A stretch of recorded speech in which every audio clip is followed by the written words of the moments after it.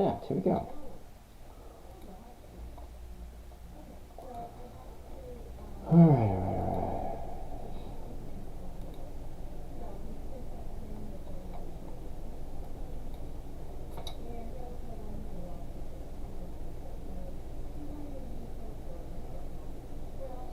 Alright, so here we go, loop-de-loo.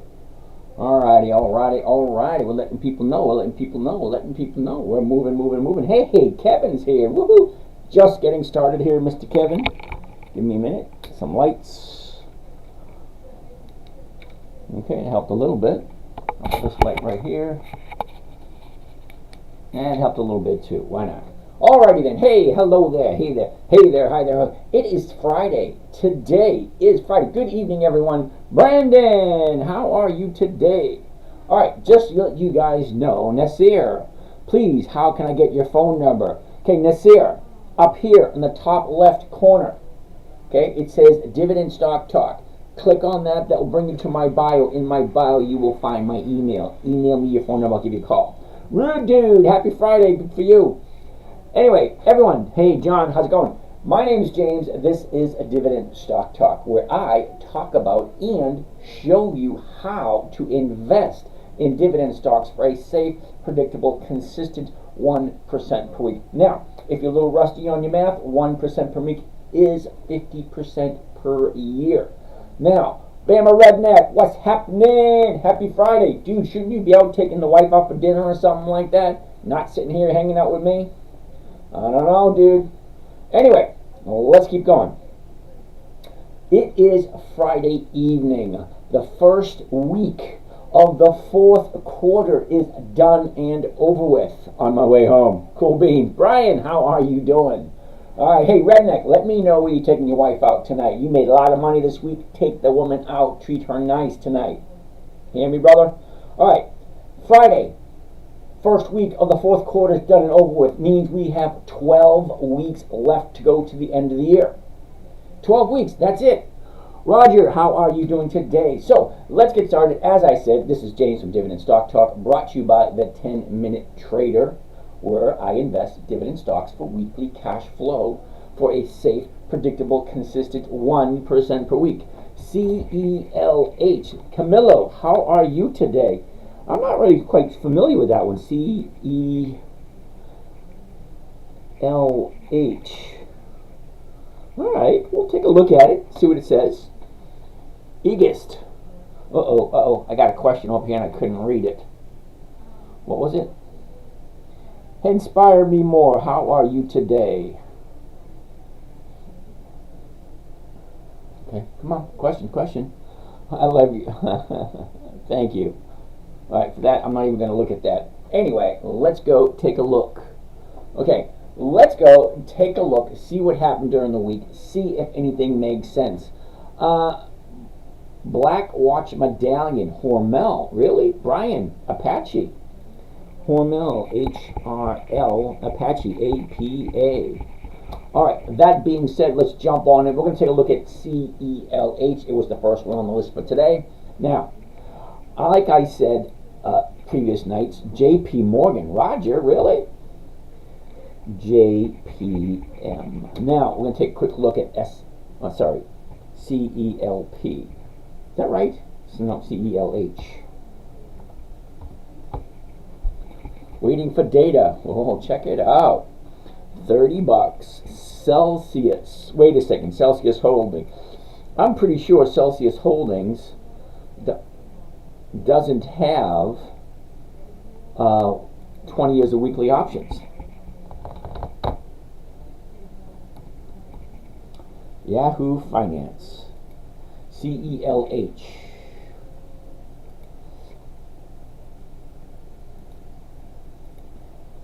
CELH. Celsius Holdings.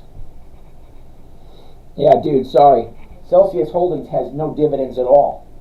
Okay, so when I say I like dividend stocks, specifically dividend stocks with 20 years or more of increased dividends, well, I want to make sure I can track how comfortable and how profitable the company is. The only way I can do that is to check and see how they share their dividends. How well did your covered calls do this week? DVA, let me think. I think I sold 4 or 5 positions, and I rolled about 10 or 15 into next week. Darvin Lee, hey, you're just jumping all over the place, aren't you? Rich Bruner, good evening to you too. All right, so CELH is going to be a no. APA, it's Apache. I like Apache. I've bought Apache many times in the past. Let's see what they look like for this week. Interesting, interesting. Very first thing I always want to see. Brian, ready? Check this out. Here's the high a year ago. Here's the bottom a couple of weeks ago. Here's the direction that it's currently going. I like the high, a low. Where was it? What is it? What direction is it going? Well, now it's going to the downside. Here's the down right here a couple of weeks ago. Here's the bottom. You can make most of your money buying low, selling high. You've heard it for decades, generations even. You make money in the stock market, you buy low, you sell high. Well, here's the low right here for the year. This is where we are. So, currently 26.97. So the 27s, look at this. 58 cents a share. That is close to 2%. I love a 2% trade. As a matter of fact, let's actually do a trade so you can see how it's done. So we're going to do one here, and let's roll. You ready? We're looking at APA, Apache. The high, the low, where was it, where is it, what direction is it going? It dropped from the high of the year a year ago down to the bottom. Now she's bouncing up, going to the upside. Currently it's at 26.97. Now I like covered calls. It's one of the safest trading strategies there is. So I'm going to buy a stock, I'm going to sell an option against it. This gives somebody else the rights to buy it from me for the exact same price I paid for it. Why would I do that? Well, I'm doing that for a safe, predictable, consistent 1% per week. All right. If I buy it at $26.97, I sell somebody the rights to buy it from me at $27. Well, that's more than I paid for it.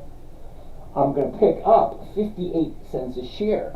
Now, you may think to yourself, 58 cents a share is not a lot of money. But do the math. It is a 2% trade, which means I'm buying it for $26.97.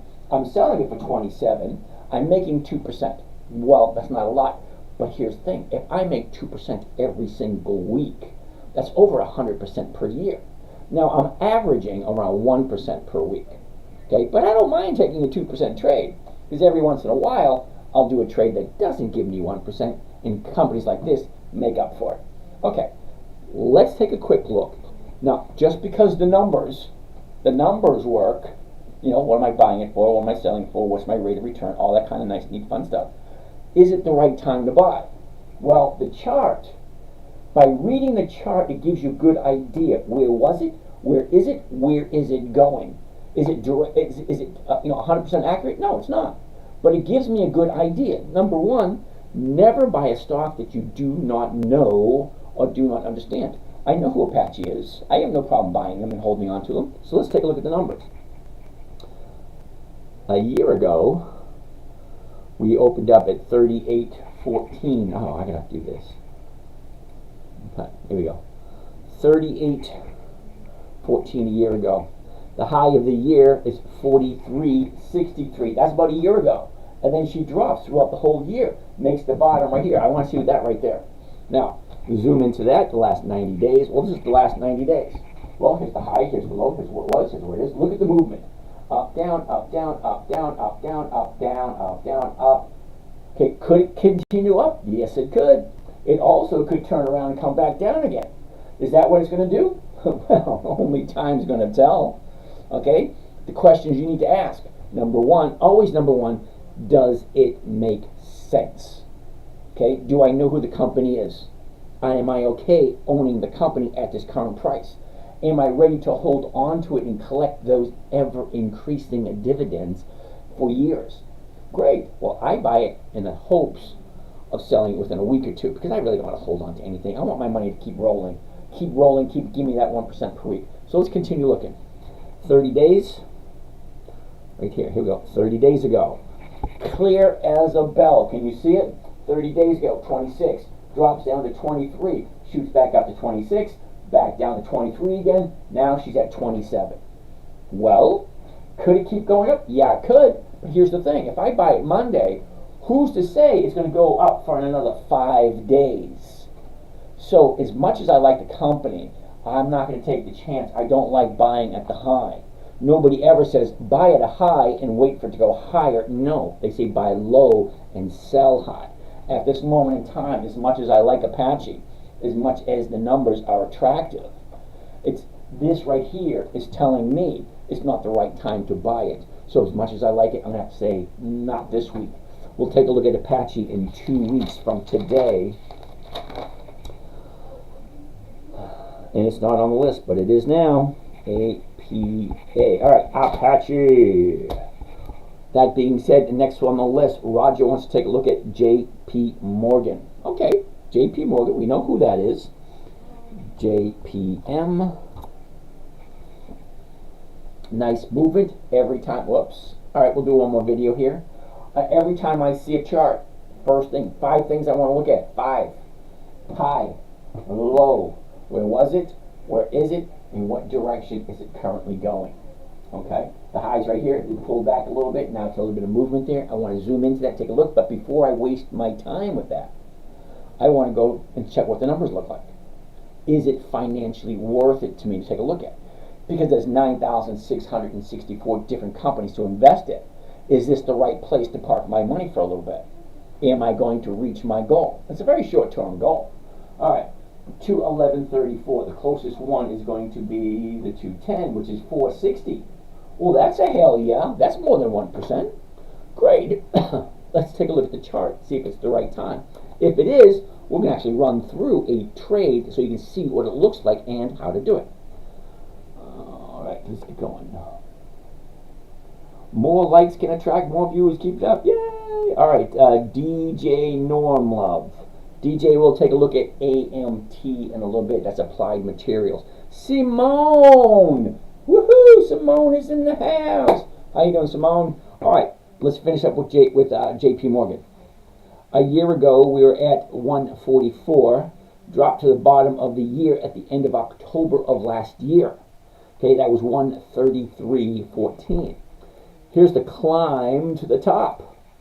Climb to the top. 8:30, the end of August is the high of the year, and that was 225.48.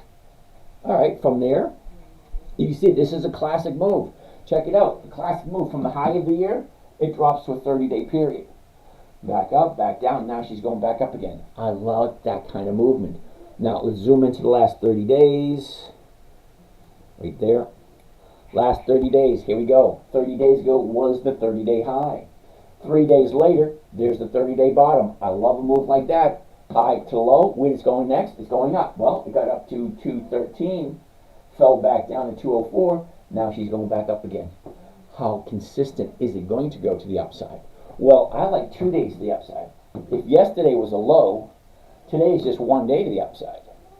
I like 2. So if Monday is another update, if she opens up higher on Monday, then it might be a contender to jump into, because it is giving me more than 1%.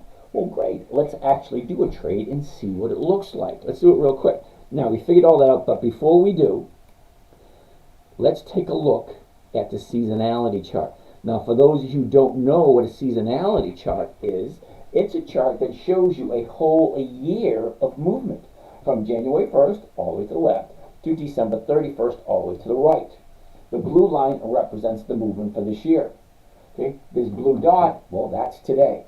I want to see what's going to happen right here. Well, the red line, that tells me the average movement throughout the year from January to December 31st over a 10-year period. How often has it increased? Well, let's zoom in right here. Here's the fourth quarter from October to December. Well, you can't really mistake that move right there. Let's get zoom into it right there. Okay, that is definitely going to the upside. All right, look at it. It goes up nice and slow and steady. I like slow and steady. I'm looking for cash flow. I'm not looking for capital appreciation. Now, people invest in the stock market for several reasons. Okay, some people want to, make a lot of money, so you buy something looking for that next Tesla, the next Bitcoin, the next big thing. That's what a lot of people are looking for. They're hoping they find something and it shoots through the roof. Yeah, great, fine, dandy. Well, I'm a realist. 60 years old, I'm retired, I have a certain amount of money. That has to last me for the rest of my life. So I invest it in a manner in which I get a safe, predictable, consistent 1% per week. Paul, how you doing? What are you clicking on to get seasonality on Thinkorswim? Whoa, good question. Give me a second. Let's finish up with JP Morgan first, and then I'll tell you that one. Oh, actually, we're actually going to do a trade on JP Morgan. So while I'm on the chart, I'm going to chart styles. You click on chart styles first. Chart styles. Third one down. See, 1, 2, 3. Third one down. Window opens up. Right down here at the bottom says seasonality. Click on that. That brings you the seasonality chart. All right, let's get out of here. Let's actually do a trade on JP Morgan. Now, I like the 110s. I'm sorry, the 210s. See the price? If I buy it here, 211.34, I can sell the 210s and pick up $4.60 a share. If you're a little rusty with your math, let's actually walk through it, and I'll actually show you what rate of return it's going to be. Let's like that. Now let's roll. You ready? Let's hold on to that one. Now let's do another video.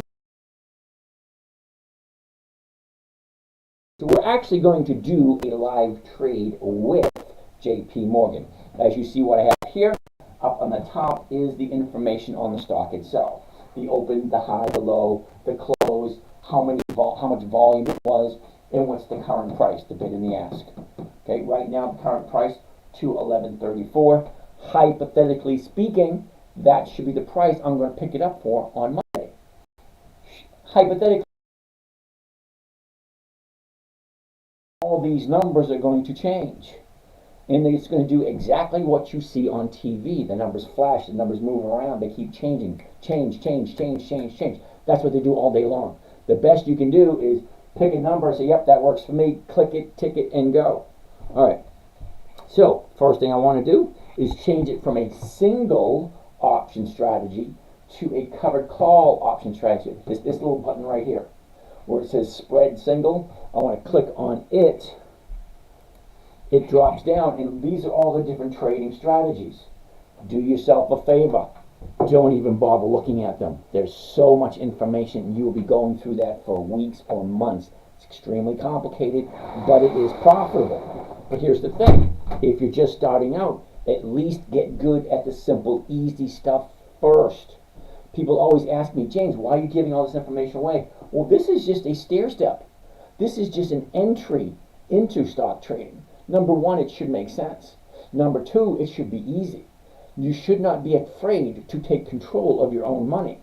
I mean, I like to think most people are logical. Okay, if you see a company that's consistently profitable, I mean consistently, I like 20 years of consistent profits. That's me. There's 9,600 different companies available every single day. Well, if I'm very picky of who I invest in, if I only invest in companies that are consistently profitable, I mean consistently 20 years of consistent increased profits. Those are the ones I want to go with. That's it. The rest of them, I really don't care.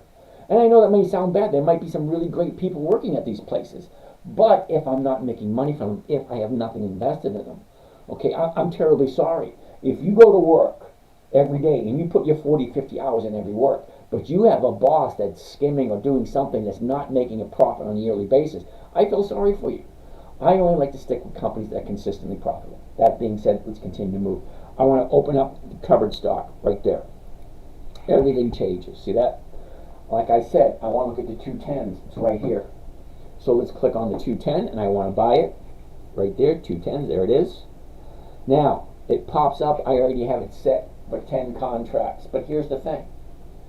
Whether you do 1, whether you do 10, whether you do 20, whether you do 50, however many, it doesn't really matter. The rate of return is always the same. Okay, so if you're afraid you have a small account and you're missing out, don't worry about it. 1% per week is 50% per year, which means you could hypothetically double your money every 16 months. So whether you have 5,000, 10,000, 100,000, 50% is 50%. So whatever you have, cut it in half, and that's the possibility of what the income could be. So if you have 100 grand, well, 50% rate of return is 50 grand a year. Well, that's nice. All right, so let's look at this. Here's the trade right here. That's what it looks like. I'm buying the stocks, I'm selling the options. This is doing 2 trades in one swoop. That's like 2 birds with 1 stone. You ever hear that? 2 birds with 1 stone. Well, this is 2 trades with 2 positions with 1 trade. Okay, click the confirm and send and let me explain it to you. Ready? Here it is. Hey, let's do it 1 line at a time. Hey, third party. What is that? 3 trade day. 3 trade day. I'm not quite sure what that means, but okay. Here's the trade right here. Buy 10 covered calls, JP Morgan. 11 October 24. That's next Friday. I like weekly options. I can do this every single week. I grew up in the 60s, 70s, and 80s. We woke up, we went to work, we clocked in at 8 o'clock, we clocked out at 4:30, 5 o'clock. It's exactly what we do in the stock market. I check in at 9, I put in an hour's worth of work. Okay, on Friday, I check in at 3, do an hour's worth of work, and that's it. Okay, I work about an hour or 2 a week, and that is it for me, and I get that 1%.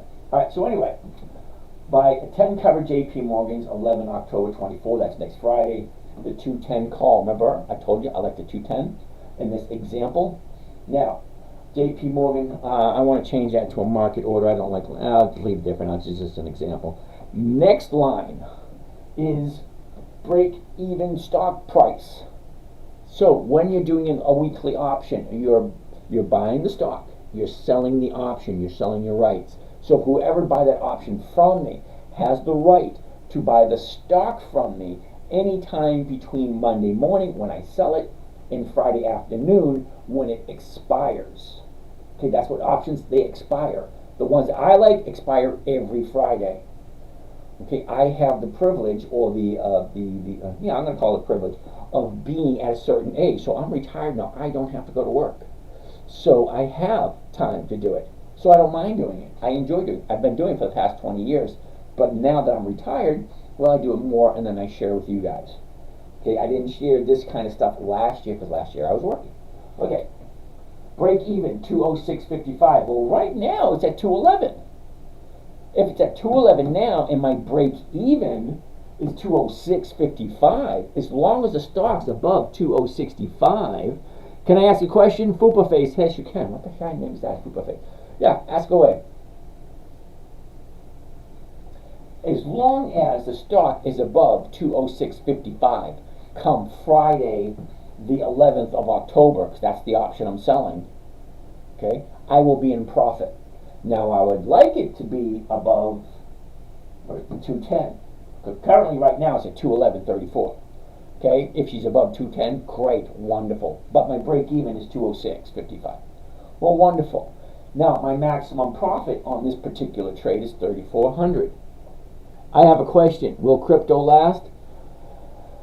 Yes, it will. And the reason why I say yes, I will to crypto, right now it's not going to do anything here in the United States because the powers that be won't let it.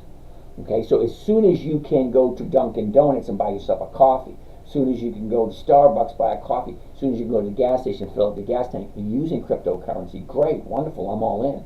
I love the idea. I actually transferred for money from one account to another. It took 5 days to transfer out of one account and then another 5 days for it to transfer into another. So it's 10 days. Now, if you count it out, well, there's no trading on Sundays and Mondays. That's 2 weeks. So 2 weeks, any amount of money that I actually invest, I invest for weekly profits. So I lost 2% for not being able to invest my money. But what's worse is they charged me a fee to move money from one account to another. Now it's sitting in the other account and I gotta wait for it to clear. So I lost money in the transfer, and I lost money for missed opportunity because the money's sitting in limbo waiting for it to clear. Yeah, cryptocurrency, it's instantaneous. I don't push it here only because I can't do anything with it here. Sorry, I like it, but I'm waiting for it to become legal tender here in the US. And this way, click, click, boom, now you have it, now you don't type scenario. If I wanted to send you money right away, click, click, boom, you have it in a couple seconds. If I want to do it through the banking system, 2 weeks. What opportunities are you missing because your money is sticking in limbo? Yeah, I'm not 100% happy with that scenario. All right, So as I was saying, the maximum profit for this particular trade, $3,450. Let's get out our calculator. First thing I want to do, clear that. $3,450 on this particular trade. Now, don't be intimidated by the numbers, okay? Because the math is always the same. So whether you do one contract, 100 shares, or if you do 1,000 or 5,000, 10,000, don't let the numbers scare you. 1% is 1%, no matter how you look at it. I never ask people how much money did you make. I say, no, what kind of rate of return did you get this week? Did you make 1%? Did you get 0.5%? What do you get? Because some people that are in my morning trading group that I actually coach and I actually work with, well, they have a whole shitload more money than I do.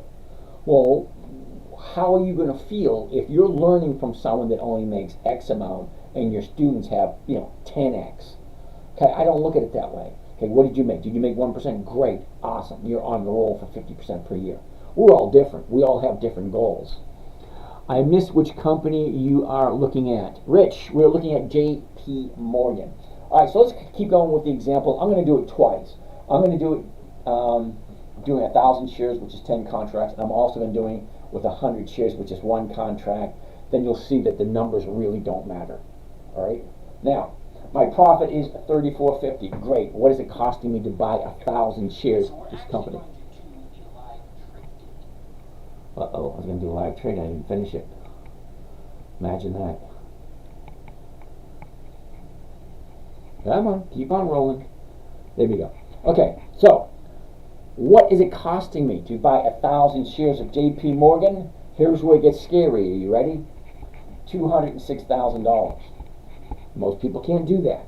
But let's just go through the numbers, and then we're going to do 100 shares, and you'll see the difference between the two.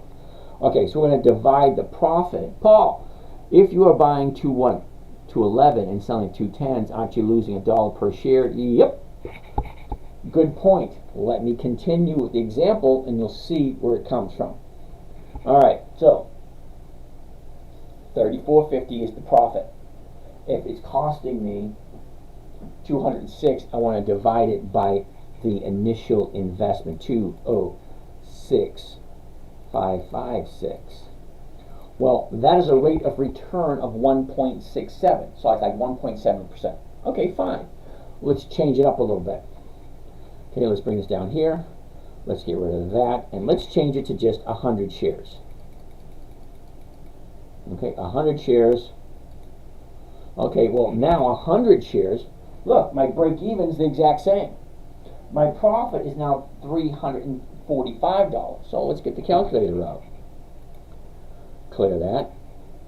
$345. Well, what is it costing me? Well, the trade is costing me $20,655. $655. Well, what's my rate of return? Well, imagine that. It's 1.67, the exact same rate of return. So when people tell me, hey, I made 20, 30,000, great. What did you start with? See, if you're only making X dollars, okay? If you're only making, let's say I make 5,000 a week. Oh, great. What am I starting out with? Now, if I'm starting out with a billion, with a B, a billion, and I'm only making $5,000, hey, Rich, okay, that's a horrible rate of return. Now, if I'm starting out with 100,000 and I make 1,000, well, that's 1%. Well, let's say you're starting out with 10,000 and you make 100. Well, that's still 1%. 1% is 1%. I don't like using numbers because it intimidates some people. Now, when I say 1% per week, well, you get all excited about it. That's great. That's 50% per year. But when I say 10 contracts, it's 200,000. It's like, ugh. But it's still 1.67%. Okay, if I do 100 shares, okay, well, 100 shares is only 20,000. But it's still 1.67%. The numbers don't change. Okay, if you make it 1%, great. That's 50% per year. You're going to double your money every 16 months. Wonderful. 16 months to double your money by using simple math. All right. That being said, I do like the company. I do like the trade. I am going to write it down for next week's consideration. JPM.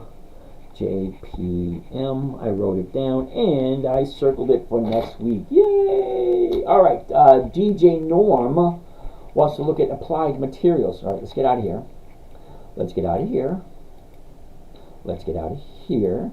Let's get out of here and let's put in, what's the next one on the list? Next one on the list is AMT, Applied Materials. Cool beans. What? No, wait a minute. AMT is American Tower Corporation. REIT. That's a hell no. Sorry, no, DJ Norm, that's a no. Okay? What you see here, October, 18 October, 15 November, 17 January, 17 April, 17 June. Yeah, that's a monthly optionable stock. I don't do monthlies. The reason why I don't do monthlies, I can only do it once a month. Well, once a month only comes to 12% a year, or 12 to 24% a year.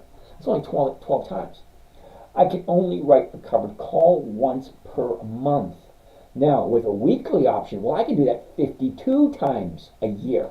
Now, I didn't go to college. I admit it freely. I'm terribly sorry. I have no student debt. Don't hate me.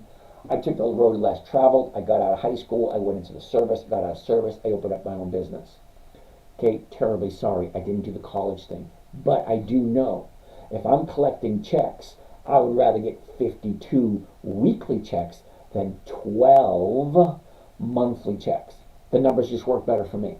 I don't like monthlies. The numbers just don't work for me. If you like them, more power to you. Have at it. Simone, let's take a look at Siri. I do like Siri. I bought a bunch of Siri this year. I don't have, wait a minute, I do actually have Siri. I got 6 different accounts and I only share with you guys 3. Let's go. SIRI. There you go. All right, that being said, always, first thing, 5 things I'm looking for. High, a low, where was it, where is it, and what direction is it going? Okay, I always look at the 1-year chart first. Now, you may have a different trading platform, which may give you an opportunity to look at the 3 years, 5 years, or 10 years. Oh, great. The world was different 2, 3 years, 5 years, 10 years ago. Okay, it was different a year ago, but not as much. I like to see how it has moved throughout the year because it's a smaller amount and it gives me an idea. Well, here's the high, 57.50. Here's the low, 22. All right, so here we are. We're bouncing off the bottom down here. I love it when it bounces off the bottom. All right, let's do that. No, let's do that. Let's get started. All right. I love it when the stock bounces off the bottom, especially the bottom of the year. The top of the year is here, 57. Now we're at 22. That is a 50% drop. Okay, well, more than 50%. So 57.50 down to 22.73. That is more than a 50% drop. But the question is, do I like the company? Can I see myself buying this company and holding on to it? Well, I look at it a little bit differently. I want to buy it, collect a premium, and be out of it in a week. How's that going to work for me? Well, let's take a look at the numbers. Okay, first off, a year ago, we're at 43.95, topped out at 57.64. That was in the middle of December. Now, from the high, it sinks. It sinks right until June, shoots up in July, and drops back down in October. Simple to see. Up, down, up, down. Okay, we're right down here at the bottom. That's where you're going to make most of your money, buying low, selling high. So let's keep on going. The last 30 days,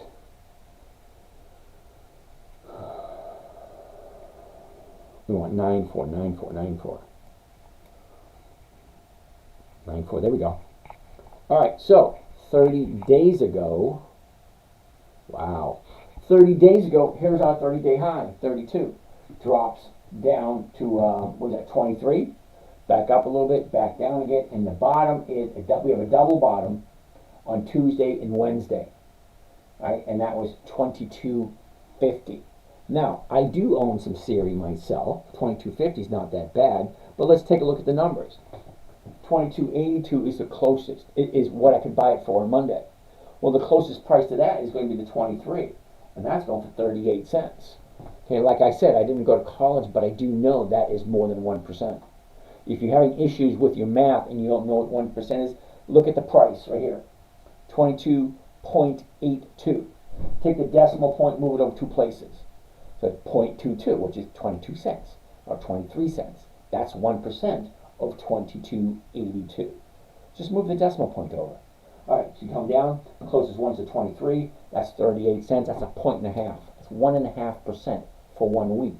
But the question is, do I like Siri? Does it make sense to me? Is this something I want to buy and hold on to? It's totally up to you. But let's take a look at the seasonality chart. What does Siri usually do this time of year? Well, you really can't mistake that for anything else. Look at it. Okay, she's going to go sideways for about a week or so, and then she's going to go to the upside. Well, that makes sense to me. And I'm sorry if it's that simple. Number one, do I like Siri? Do I like Siri at this price? Does it make sense for me to buy it at this price, sell it to someone else for the same price I just paid for it, and collect a 1 or 2% profit and then move on to the next company? I have no problem holding on to it. What happens? I always get this question. Well, what happens if the stock drops? Well, it's going to. That's all they do. You have 3 opportunities when you buy. Stock's going to go up, stock's going to go down, or stock's going to go absolutely nowhere. What did you think it was going to do? Did you think it was going to come to your house and make your bed and fold those corners nice, put candy on your pillows before you... No. Stocks go up, stocks go down. I have 5 simple rules. And rule number 1, and I always come back to rule number 1. If you do not understand the stock and you do not want to hold on to it for a long period of time, well, don't buy it. I mean, come on, really? Is it that simple? If you don't understand the company, if it doesn't make sense to you, if you can't picture yourself at a cocktail party sharing with your family and friends, oh yeah, I own some Siri, this is what they do.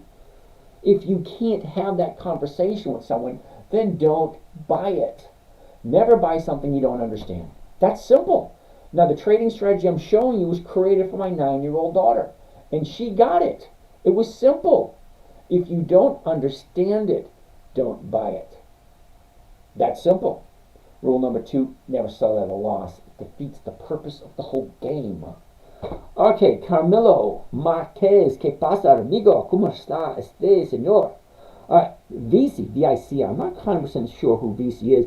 I've looked at them before, but I'm not quite remember. I don't even think I ever bought it before. V-I-C-I. And that's why I've never bought it before. It comes back to me. It's a monthly optional stock. I don't do them. I don't want to waste my time on them. It's not worth the effort me standing here arguing with you, who I don't know, and telling you I don't do monthlies. I don't even want to waste my time looking at it. I don't care how wonderful and glamorous it is. It doesn't fit. I'm not going to go to the store and buy a nice outfit that makes me look really good if it doesn't fit. It don't fit. Thank you. There's 9,663 companies else. Next. Yeah, VC's going to be a no. Sorry. Oh, that's monthly. Thank you. Uh-oh, I missed a bunch. All right. I got to go back and forth to all these questions. All right. What do we got? Shaquille. Ooh, cool name. Bank of America. Darby wants to look at Bank of America. Let's just take a look. I like Bank of America. It's been around for over 100 years. I don't see them going anywhere. Not anytime soon, anyway. Oh, Kanita? Is that right? Kanita? You think the jobs reports are wrong? I didn't say anything at all about the jobs reports. I don't pay attention to any of that crap whatsoever. The reason being, Miss Canadra, I don't know. The reason why I don't pay any attention to that, it's kind of like taxes. You take your tax return to 10 different tax preparers, you're going to get 10 different answers. Okay? So you look at the jobs report, well, who prepared it? And who prepared it for who? You ever hear that old saying that 90% of all doctors agree with the outcome of whoever is paying for the study? That's the stupidest thing I ever heard. If you're going to pay a doctor to take a look at a study, and what is he going to do? Say no? No, 90% of all doctors agree with whoever's paying with the study. All right. Shaquille Pereira. Okay. To maximize dividend income in my Roth, would you prefer SCHD or VOO? Oh my goodness, this person's new. The reason why I'm asking you, the reason why I'm saying you're new is because if you've actually been here before, you know that SCHD and VOO are absolutely horrible investments for anyone who is serious about investing. I had to throw that second part in there because it's okay for people who say, yeah, here, you take my money, you let me know what you want to give me. Okay, let's take a look at some of those numbers, Shaquille. You ready? Now, I'm not going to go and look on Thinkorswim. I'm going to go to Yahoo Finance, and I'm going to show you on Yahoo Finance SCHD. Okay, so here it comes. SCHD, ready? Schwab U.S. Dividend Equity ETF. Antonio, how are you doing? ETF. Do you understand what ETF means? It means electronically traded fund. It actually means exchange traded fund, but let's not, we're not talking quantitative easing or quantitative tightening or any of that bullshit that the administration tries to pass off to us, saying it's this when it's really not. Okay? ETF, electronically traded fund. You're giving your money to a computer, and the computer is actually telling you what you're going to get as a rate of return. Okay, fine. I've seen enough Terminator movies. Yeah, no thank you. All right, so do you see right here the yield for SCHD? 3.47. Now I'm showing you a safe, predictable, consistent way that you can do it yourself if you want to step up and say, hey, this is my money, I'm going to do what's best for me. 1% a week is over 50% per year. You're giving your money to a computer, and the computer is giving you 3.47. 3.5%. Yeah, no thank you. But wait, it gets worse. Actually, it does. We can't see anything. We can't see nothing. Terribly sorry. This screen right here behind me is live on YouTube. So if you are on YouTube, okay, are you on a laptop? Are you on a computer? Or are you on, what do you call those thingies? A phone or an iPad, something like that? Yeah, you're not going to be able to see it on that. You can actually see it on your big screen TV. But I'm just showing you the numbers. Okay, so if I go to historical performance, historical data, you're on a phone. Yeah, you're not going to see anything on a phone, dude. The screen behind me is live on YouTube. So you could actually go to YouTube, okay, on your big screen TV in your living room. Get up, go into your living room, go sit in front of the big screen TV, pull up YouTube, and put in that 10-minute trade, and it'll pop right up. Okay, hold on. I gotta do this video. Okay. So, ETF. Let's take a look at how wonderful Hey, I'm from India. Chandra, how are you today? Was it Namaste? Cryptomania, how you doing? I'm painting a car in the paint booth in the garage working late on a Friday. Holy cow. Brother, I can ask a question. Here you go. Are you working late? Okay? Is it like, no, see, I used to work in the corporate world, all right? When 4:30 came around, we all punched the time clock, we were all out of there. Some of the guys would stay late and do private work, work for themselves, so earn a little bit of extra money. That could be it. Antonio Passati, okay. Any recommendations on tools to show calendars with EXDate? Can't find anything on my own, having trouble. Whoa, here you go. Google. Okay, whatever search engine you use for wherever you are, here we use Google, we use Bing, whatever. Okay, flat rate. Okay. Flat rate, but is that for your own personal income separate from the company, or is that going to the company and you're staying late at overtime? Also, what do you think about Trump's plan not to tax overtime pay? I think that's freaking brilliant. Anyway. Yeah, no tax on tips and no tax on overtime pay. I think that's freaking brilliant. Because the only people that actually do overtime are those that actually bust their ass and actually want to make something out of life. All right, anyway, so here we are. We want to take a look at historical performance. I want to look at, well, I'm going to show you. Yeah, awesome.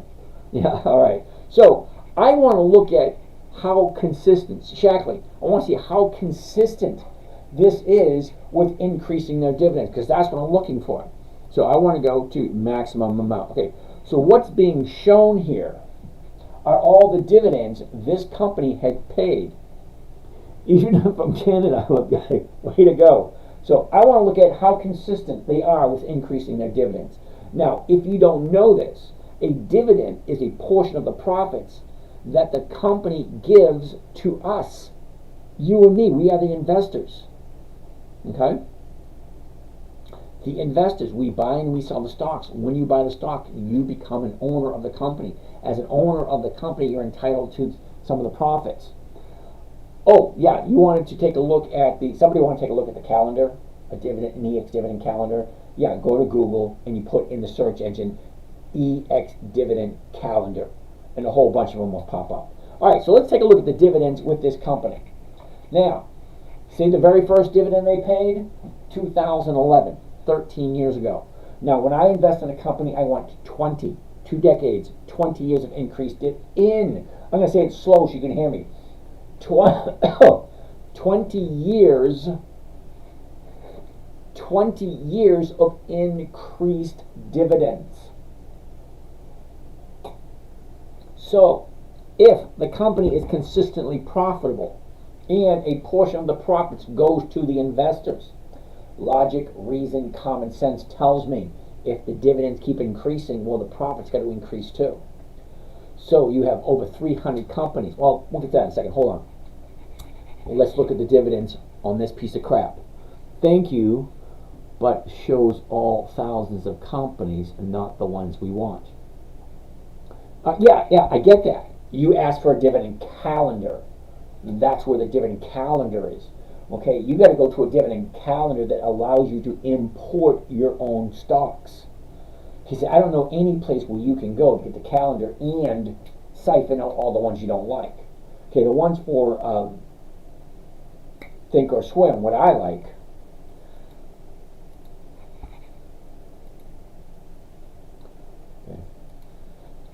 Think or Swim, what I like, it gives me the opportunity. Let's click right here. Okay, personal. These are all my own personal lists. I can import lists into Think or Swim. Bob, how are you? Must be shining. All right, how do you guys? Thanks for showing up. Okay. The one for Think or Swim allows me to import lists. So if I go to Google and put in Dividend Kings List 2024, well, you're going to have a whole bunch of people offering you a list of those, I think it's 54 companies. You cut and paste that list and you insert it into the calendar on Think or Swim. I don't know about any of the other EX dividend calendars. I really don't know. Okay, so whatever system you want to use, however you want to take track of your dividend stocks in the calendar, fine, great. All right, I don't know how to do that. So anyway, let's get back to where we were. So as I was saying, SCHD, let's take a look at the dividends. I'm going to scroll down, read them to you, and you let me know if it makes sense. All right, now I'm looking for increasing. Much appreciated. You're welcome there, Antonio. 2011 was the first dividend. I like 20 years of dividends. Well, 20 years of dividend goes all the way back to 2004, not 2011. Okay, so 12, 14, 21, 26. Ooh, looking good so far. 20, well, it just decreased it 20%.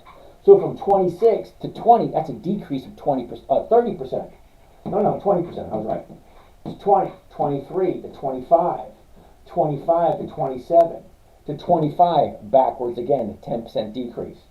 28, 27, back again. 31, 30, decrease. 27, another 10% decrease. Okay, 30, 32, 24, a 25% decrease. Okay, 40, 33, 7, that's a little bit less than, that's about 8% decrease. 33, 34, 35, 26. That's 9 cents decrease. So 9 cents on a 37, that's 7. That's a 30. Is that a 30%? Anyway, what I'm trying to get at is there's no consistency whatsoever with SCHD. It goes up, it drops, it goes up, it drops, it goes up, it drops. No consistency. Now picture yourself somebody like me. Okay? 1 month or 1 quarter, I'm getting $1,000. Next quarter, I'm getting 900. Next quarter, I'm getting 1,100. Next quarter, I'm getting 800.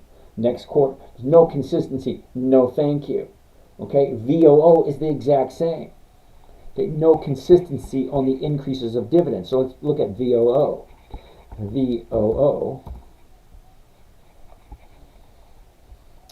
Okay, so VOO, their dividends, take a look at this. Basically the same thing.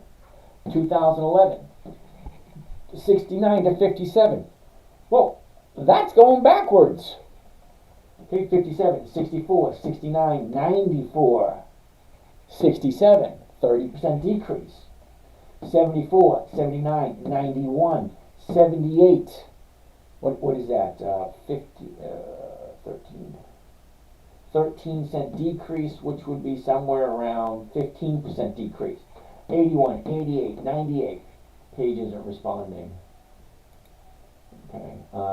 98, 90. That's about 9% decrease. 95, 109, 101. Backwards again. 95, backwards again. 88, backwards again. 130, 100.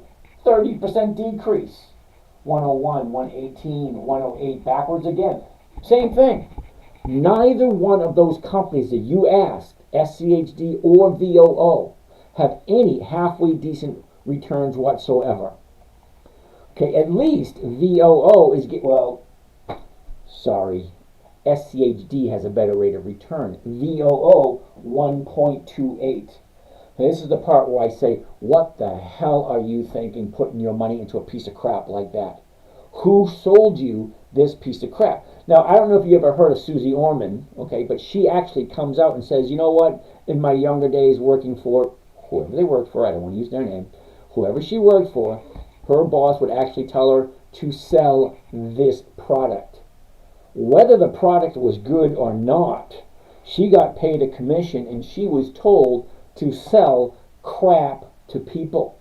Whoever sold you SCHD or VOO is selling you a piece of crap. Okay? SCHD pays 3%, VOO 1.5% per year. Yeah, no, thank you. What the hell are you thinking putting your money into something like that? Do your research. Check the numbers. Are they consistently increasing their payments that they're sharing with you? Or are they up, down, decreasing? What are they doing? Okay, SCHD and VOO both have no consistency in their profits whatsoever. Okay, you're giving your money to someone who's not consistently successful. A successful business makes more money year after year after year after year. It's not a roller coaster ride. This is your money we're talking about. Nobody has more money. Nobody has more interest in your money than you.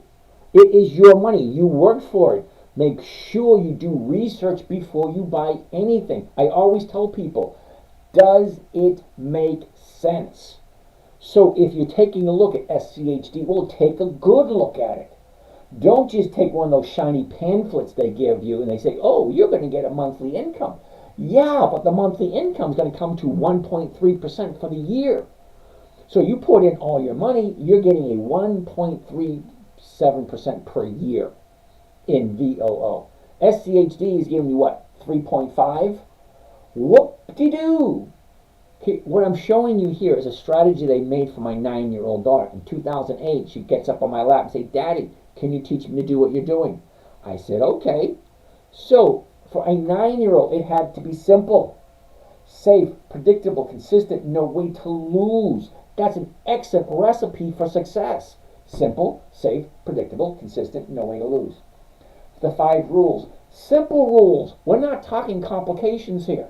Adults have a tendency to make it more complicated than it is intended to be.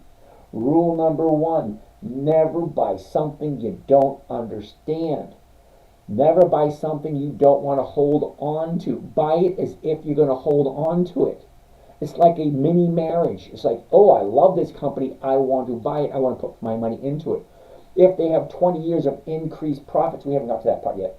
Rule number 1, Never buy something you don't understand. Rule number 2, never sell at a loss. It defeats the purpose of the game. We're not here to lose money, okay? We're here to make a profit. Rule number 3, make sure the company's consistently profitable. Out of 9,600 different companies, I want to make sure that their profits continuously increase for 20 consecutive years or more. Okay? To find that out, I go directly to the dividends. I don't want to read all those reports. I have no desire whatsoever. Because in the outline of the corporation, if they have one little section that says this amount of the profits goes back to the investors, every year that number gets higher and higher and higher. Well, you can't give your investors more money if you're not more profitable every year. So it only makes sense. Think about it. Logic, reason, common sense. If you're profitable, great, wonderful. But I want to make sure you're profitable for 20 consecutive years. That's me. If you want to do 10 years, fine. You want to do 5 years, hey, more power to you. Okay, you just have more crap to look at than I do. I only have 300 companies to look at. That may sound like a lot, but they only pay a dividend once per quarter. That's every 90 days. So if I take all 300 and I throw it into the calendar tells me when to look at it. Do I care what they do? No. I care about how consistently profitable they are, how successful they are. Okay? So, J.P. Morgan, Toll Brothers, Hormel, FL. Uh-oh. What the heck is FL? It's probably going to be an easy one. Foot Locker. Damn it, I should have known that one. Alright. Delta Airlines, Lennar, CVS, Cigna, Bank Mellon, blah, blah, blah. Okay, I like those companies. They consistently increase their dividends every single year. And that tells me they're consistently profitable. Great. Well, we are currently October. Okay. Yeah. No, that's not right. Oh, 2023, that's the wrong freaking date. Let's go, here you go, October 2024. There we are, right here. Okay. We're currently right here. So these are the companies that are paying a dividend next week. Okay?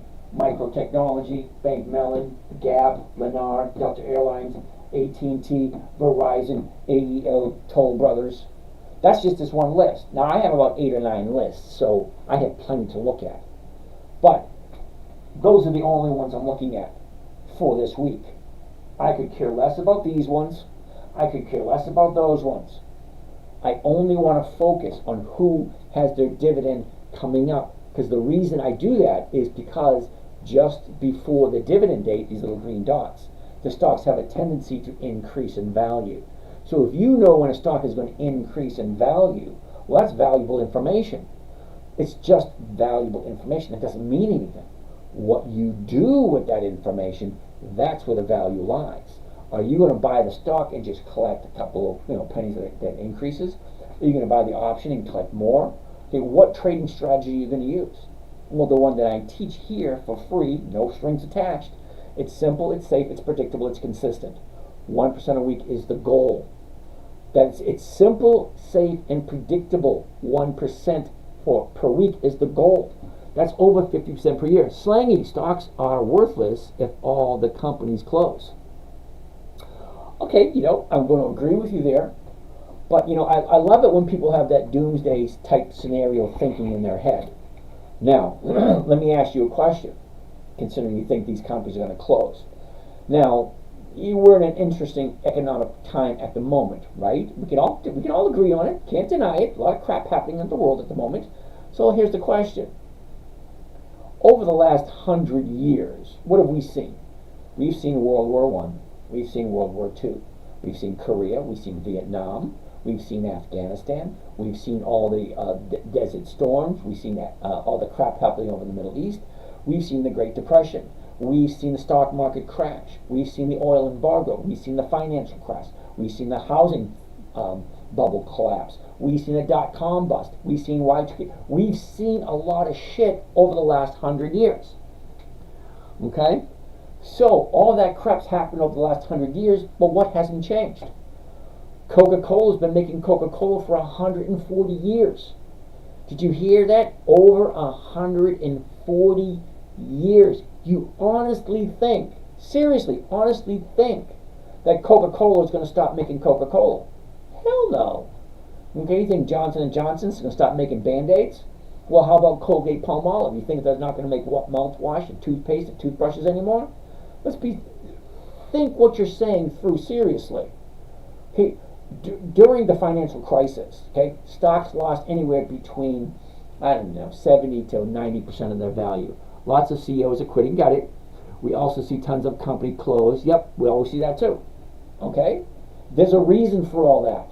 There's something working behind the lines that we don't know. So why are we doing it? Why are we investing in the stock market? Well, here you go. This is the reason why I'm doing it.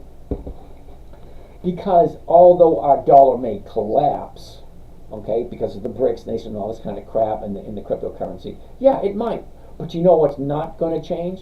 Ford's not going to disappear. U.S. Steel is not going to disappear. Okay? AI and automation buyer beware. Yeah, I get that. Okay? All these companies that have been in business for over 100 years, they've seen all this crap before. They have a recipe book for what happens when this happens. Well, this is what we do. So let's get back to my example. Yeah, so the financial, so the dollar disappears. Great, well, they're going to replace it with something else. But you know what happens to your stocks? You own a portion of that corporation. That is an asset. You can do whatever you want to a house. You can blow it up. You can do anything you want. But you will never, ever, ever demolish it. Because that little square piece of land is a tangible asset. So we're buying tangible assets here. We're buying bits and pieces of CVS, Hormel, Ally Bank, US Bank, Comcast, Campbell Soup. We're buying a portion of that. And yeah, when the currency goes to shit, you still own a portion of the company. Whatever they replace the dollar with, well, you're still going to buy some Campbell Soup.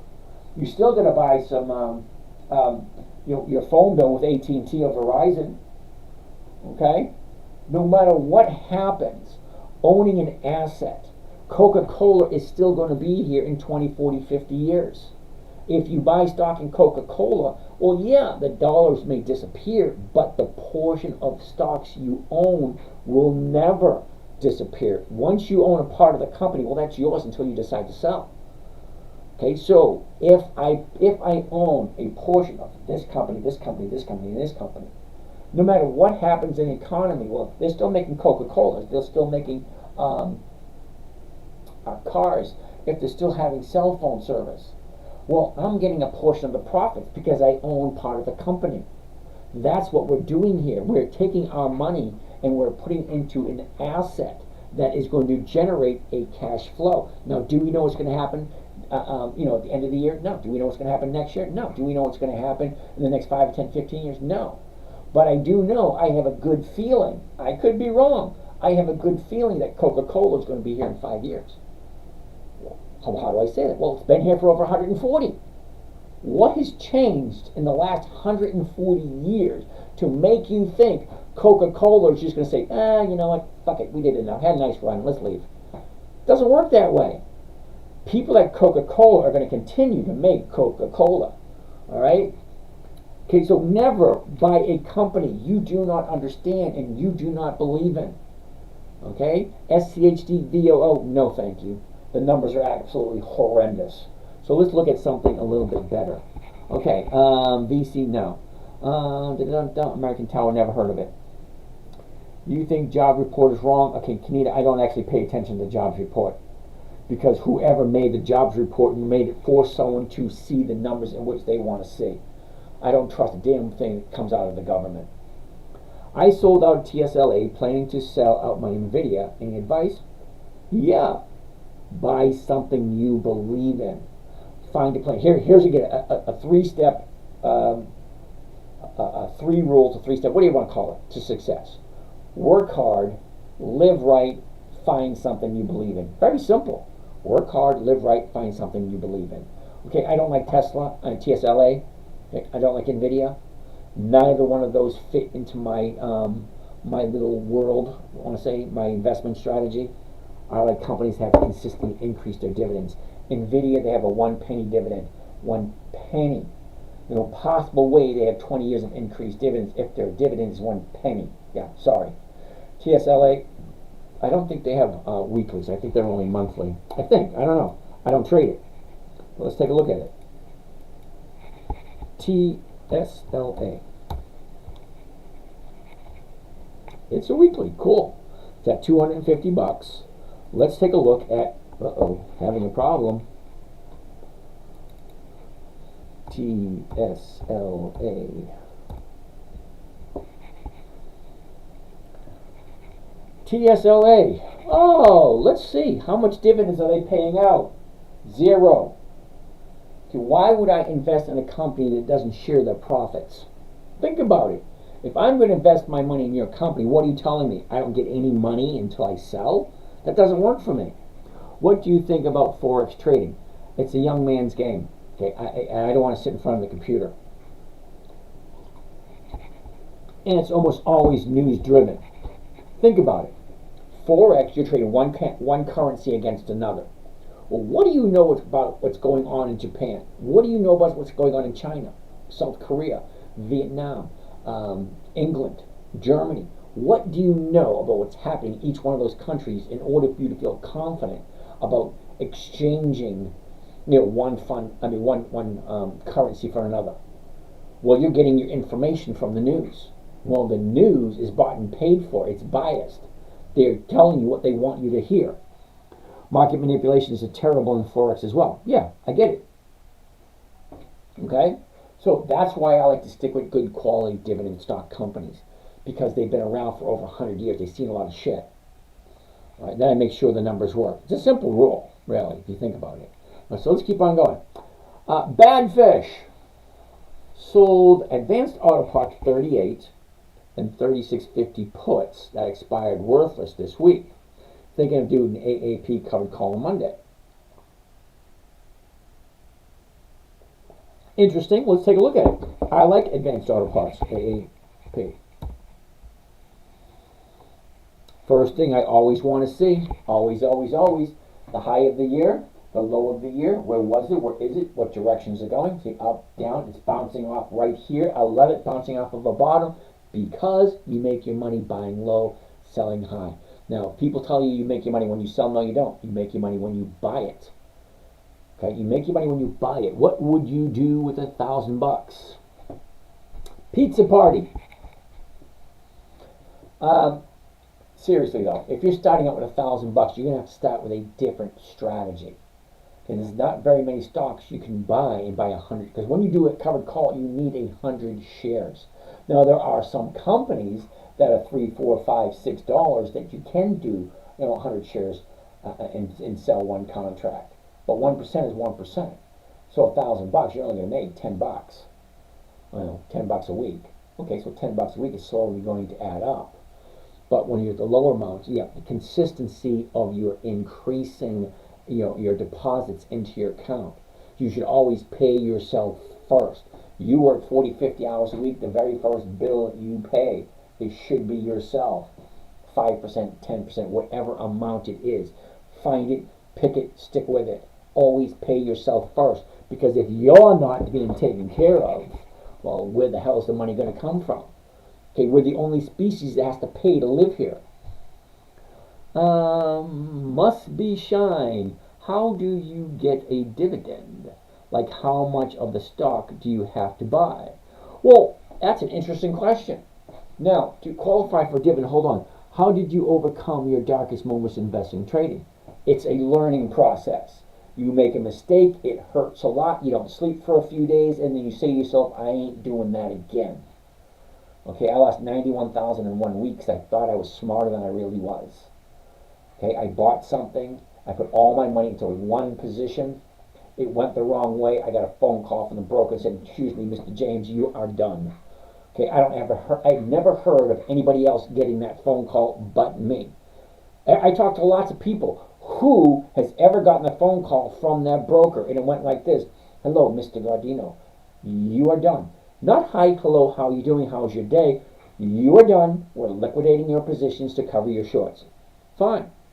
That's the conversation I got from my broker. Nobody, never heard of anybody getting that phone call. I'm the only one that I know of. So you want to know how you get the dividend. You buy a dividend stock. Okay, they pay a dividend every 90 days. Now, some companies pay once a year. Yeah. Some companies pay once a year. Some companies pay twice a year. Most companies pay 4 times a year. They call that quarterly. January, February, March, first quarter. April, May, June, second quarter. July, August, September, third quarter. October, November, December, fourth quarter. Today is the end of the first week of the fourth quarter.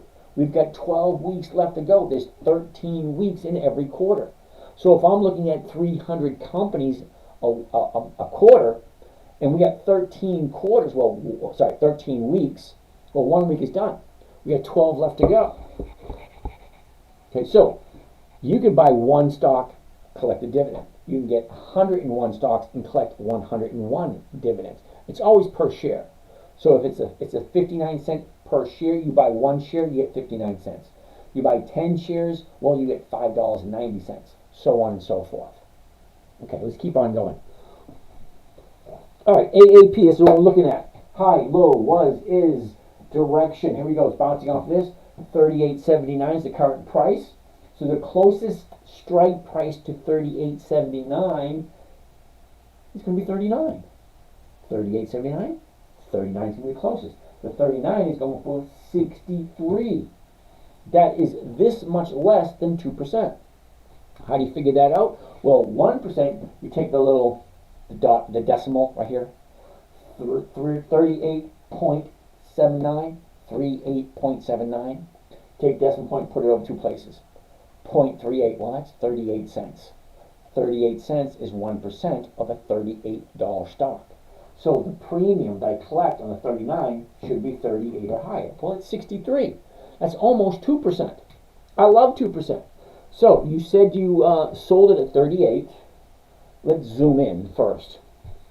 A year ago, we're at 52.49. We topped out at 88.20.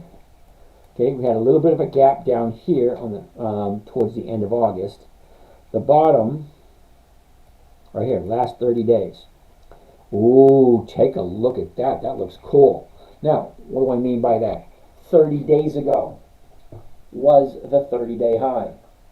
Okay, what is that? 43.70, something like that. She drops 37.50, back up to 43, back down, back up, back down. Here's the 30-day bottom, 36.50. Okay, today was an update. Today she's bouncing off that bottom. I like 2 days to the upside. This is only one. Yesterday was the 30-day bottom. Today is higher. So if Monday is higher, that's the invitation for me to jump in. I like 2 days to the upside. So you sold it for 38. Right here. Okay. And the 36.50 puts. Well, the 36.50 puts are going to expire worthless. Because they're way down here. So you made money here doing the covered call, and you made money on the 36.50 puts. You get double thumbs up, dude. That was cool. Nice move.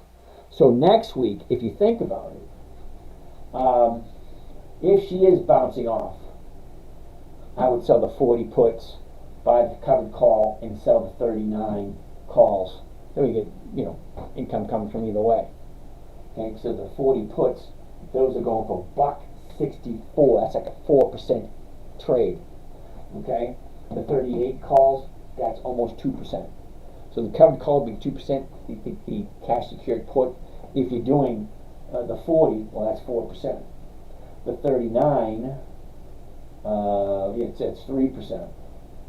Okay, the 38.50, that's 2%. The 38 is 1%, so on and so forth.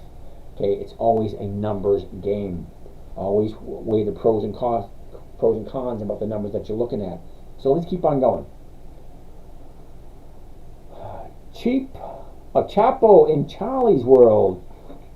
Yes, please, slowly. Which platform is this? This is Thinkorswim.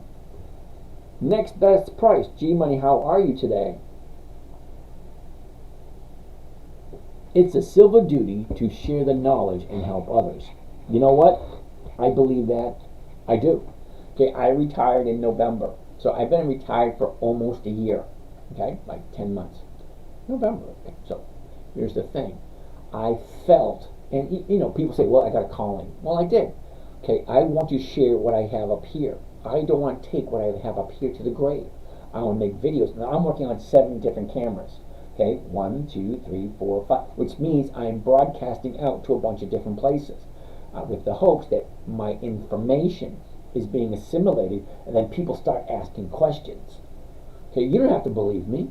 I have no education. You don't know me. Now, some of you I may have talked to, because when I say, if you really want to talk to me, there's 27 other people pretending to be me. So there's a lot of scammers out there pretending to be me. It's a little flattering, but I do have to warn you. So if you really want to talk to me, put your number here in the bio. I will give you a call.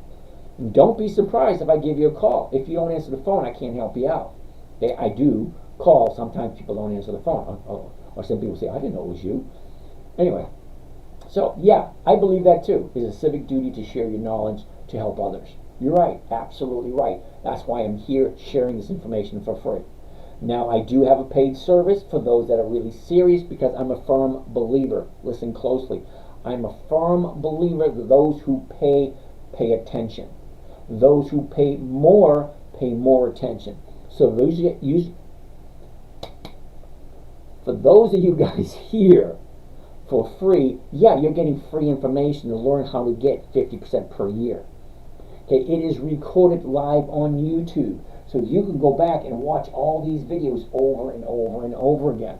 So why am I doing it? I'm doing it for 2 or 3 different reasons. Number one, I believe, just like he said, of giving back to the community, sharing my knowledge. Great. I'm also creating a legacy for my children and my grandchildren and my great-grandchildren who don't even exist yet. So hi for Papa G, all you guys, whoever your name is, whatever your name is, Papa G. That would be me, Papa G. Anyway, so that being said, 10, 15, 20 years from now, when I'm no longer here, my information will still be here on Yahoo or YouTube, wherever it is. Okay, so I'm creating something for my children and my grandchildren. So you guys just so happen to be gleaning from that information. You get to grasp on the information also. So let's keep on going. Chapo in Charlie's World. Thanks for giving it a go. Should be easy, he says. It was created for my 9-year-old daughter. Of course it is. Made money off the first call option. Cool beans, Donald. Way to go. What's the best performing asset of the decade, David? Thank you. Okay. Keep on going. Keep on going. Alright. Chapo and Charlie's World. You can always paper trade until you get used to it. Hey, Laurie, thank you for that. And that's what I actually tell everyone. Do not put real money into it until you get good at paper trading. Okay. You will notice I share 3 different accounts with you. One of them is a paper trading account. I continuously paper trade, and I've been trading for over 20 years. I do still make mistakes. I almost did one this morning. Okay, we're closing out some trades this afternoon around 3, and I hit the wrong button. But good thing you had to hit the button twice, because I hit it wrong the first time, and I looked at it and said, whoa! Yeah, so I still hit the wrong button every once in a while. Okay, Ellie, I would like to learn how to trade options. Well, that's what we're here for. John, couldn't you just sell the option in the money and make the spread? Yeah, but the problem with that, when you're trying to make the spread, you're buying one option, selling the other. Well, here's the thing. Both options do expire. Okay, so did you pay capital gains taxes when you pay yourself every month? No. What I'm saying is when you pay yourself, when you get a paycheck, let's say you get $1,000 for the week. Okay, a certain portion of that should go to you, to your investments, to your savings, to something for you specifically. Because whether you want to agree to it or not, at some point in time you're going to be old like me, and you'll be retiring. Okay? When I first started trading 20 years ago, I was in my 40s. Big difference. I was still working. It didn't have much meaning to me then. But now, As you get older, like every 5 years, every 10 years, your thinking changes. Because you may think now, oh, no, no, no, I'm going to be like this for the rest of my life. No, no, no. Okay, you're going to wake up one day and it's like, I don't really believe that anymore. Because things change as you get older. What days do you have your classes? Monday, Tuesday, Wednesday, Thursday, Friday. Okay, I don't do the classes on Saturdays and Sundays because the market is not open. Okay, but I'm here every night. Every night since January 2nd, I've been here. I've missed 2 nights and only 2 nights. One, I was sick as a dog. 2, I had to take someone to the emergency room. Perfectly good answers for not being here. But other than that, rain, shine, sleet, snow, even a couple of hurricanes, I was still here. Okay, yeah, John, all options expire at some point in time. So when I say do a safe trade is where you buy something that doesn't expire. That's why I tell people when you start out, do the simplest, easiest, safest, and profitable trading. Covered call on weekly options.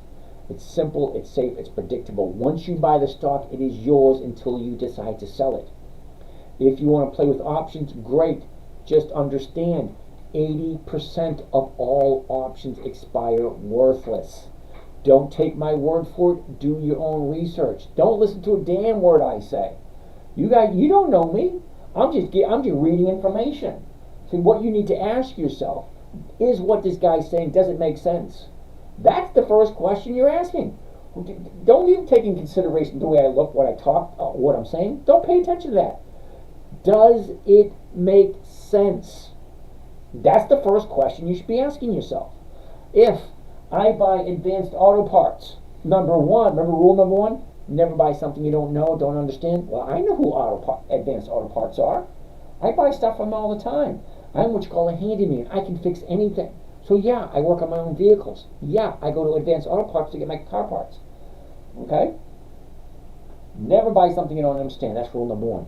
Number 2, never sell at a loss. So the question you should be asking, okay, don't listen to the word I'm saying. Does it make sense? Do your own research. Okay, I give you facts. Really, I do.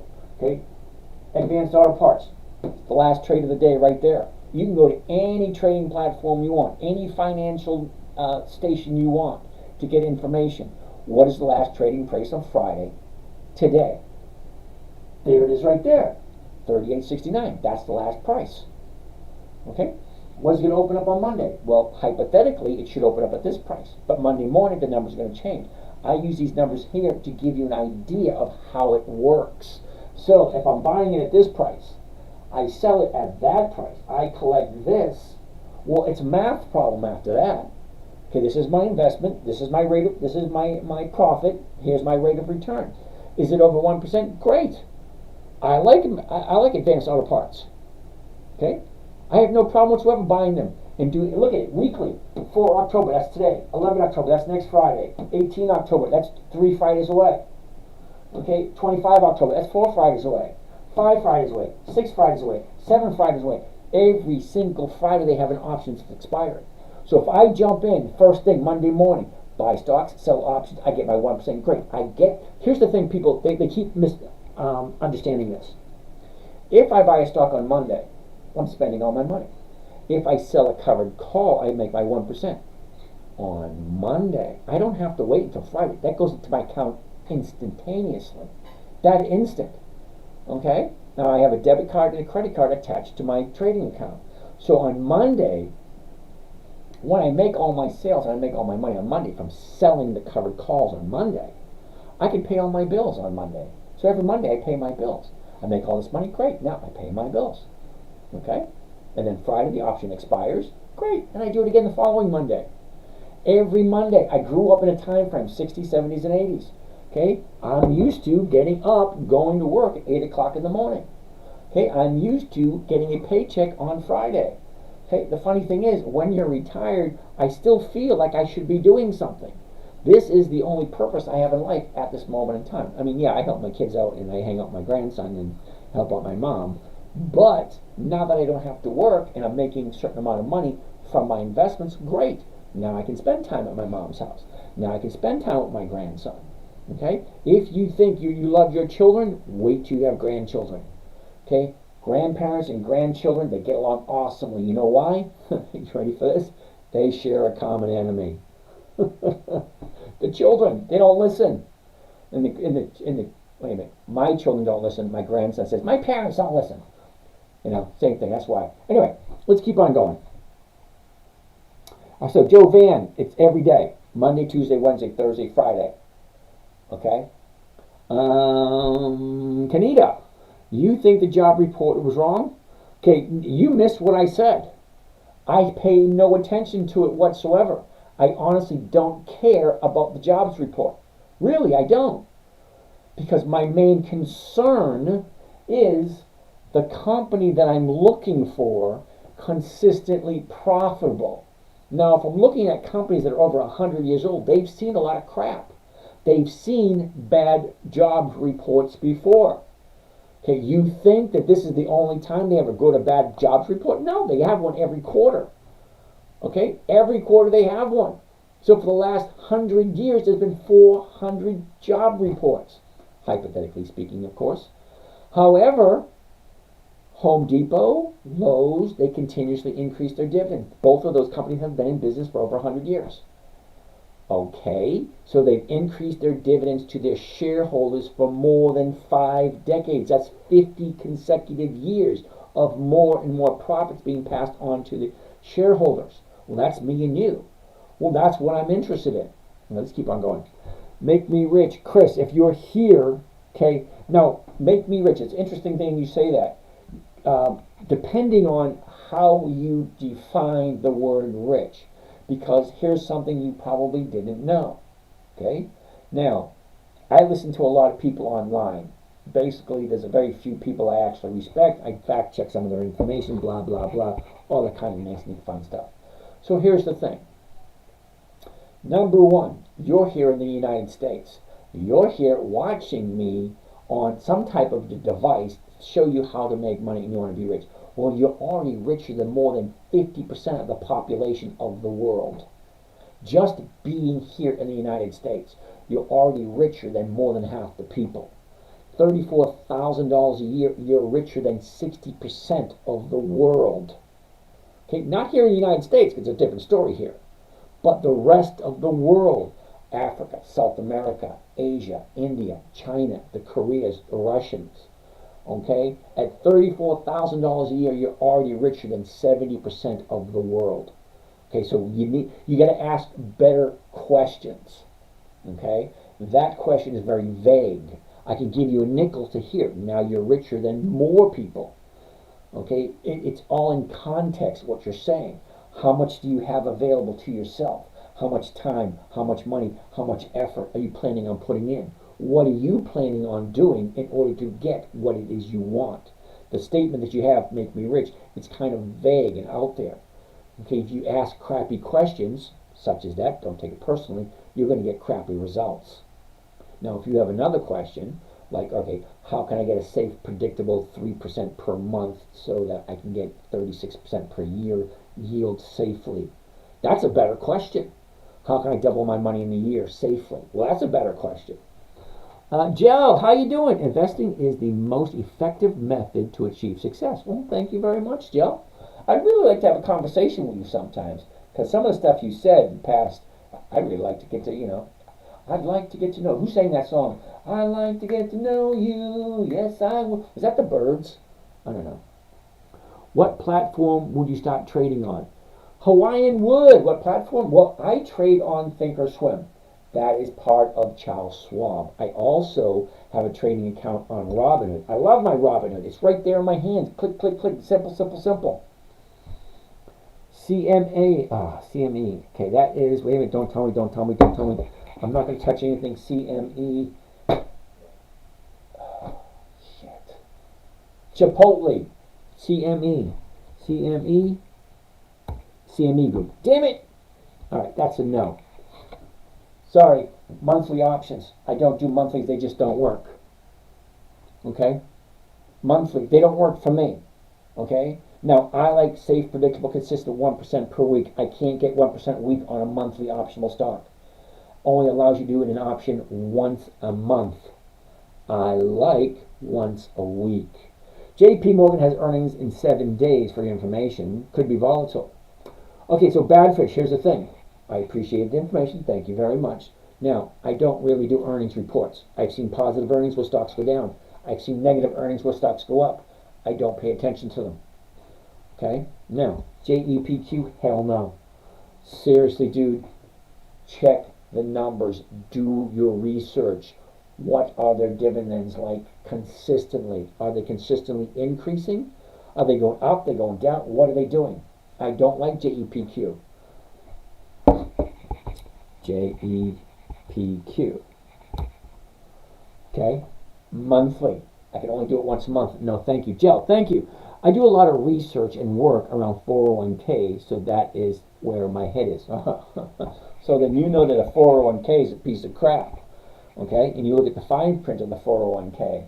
If there's a next bailout, it's not going to be a bailout. It's going to be called a bail-in, where the federal government is perfectly legally in their right to take the money out of your 401k to pay off the bills. So the next time the government wants to give huge amounts of money to the public, guess where it's coming from? The 401ks. Read the fine print. Okay, first of all, TYSM, thank you so much. Okay, for sharing. Okay, I thought you were talking about a stock symbol, TSYM. What the hell is that? Thank you for sharing your retirement. Okay. Second of all, may I ask a question, please? Sure. Fly Goofy. How about Kohl's? Ooh, let's take a look at Kohl's. I like Kohl's. Roofing to the 10th power. Interesting. How about NLY? Allie, ooh, take a look at that one. Where's his question? I don't see his question anymore. All right, so hypothetically, he's going to ask a question somewhere down the line. Now, for you guys actually watching and listening, these questions. Okay, so I got TikTok here, TikTok there, YouTube here, X here, Twitter, X, Facebook, and then Instagram. Wait a minute. Instagram? Yeah, Instagram. And down here, another YouTube. So I got two YouTubes, 2 TikToks, Instagram, Facebook, X, and so anyway, I get questions coming from everywhere. So if you don't put your questions really close together, I'm seeing one here, one way down here. So by the time I get the second half of your question, I forgot the first half. Okay, what ticker symbol? JEPQ, yes and no. Okay, we're taking a look at Kohl's. Kohl's, KSS. Take a look. First thing I always want to see, high, low, was, is, up, down. That's the direction. High, low, where was it? Where is it? What direction is it going? That's the 5 things I want to see. It's okay, whatever. Okay, so it's sitting at 1962. 1974 is where I can buy it on Monday. The closest one to 1974 is going to be the 1950 or the 20. Both of those are going to give you 1%. So what's the difference between the two? Well, the 1950 is in the money by 24 cents. It's a safer trade. So if I'm getting 1%, it's a safer. Oh, here's a big question. Hold on. Okay, government privatized retirement through the 401k legislation, especially with what to come in the next 3 to 4 years. And most people would be foolish to not at least max out their employer match. Yes, you're absolutely 100% correct. If you have an employer match, I love the 1-for-1 or the 2-for-1s. Okay, they put in $2 for every one you put in. You cannot get a higher rate of return on that. You max it to the fullest. That's great sound advice. So if my company allows me to max out at like 5%, 6%, something like that of my income, and they will match it, well, that's freaking awesome. That's 100% return right there. Anything over the max match amount, that should be separate. Totally separate. Don't put it in the same place, because the max amount is the max amount. So if you put more than the max amount, they're only giving you a certain amount, and you get like no return on that one. Anyway, yeah, I like that. It's great. So let's finish taking a look at Kohl's. High, low, was, is, all kind of stuff. 1974 is the current price. So the strike prices, you can do any one you want. 18, 1850, 19, 1950, 20, 2050, 21, 2050. And you can sell any one of these, but you got to buy the stock first. When you buy the stock, well, here it is, 1974. The closest strike price, 1950 or the 20.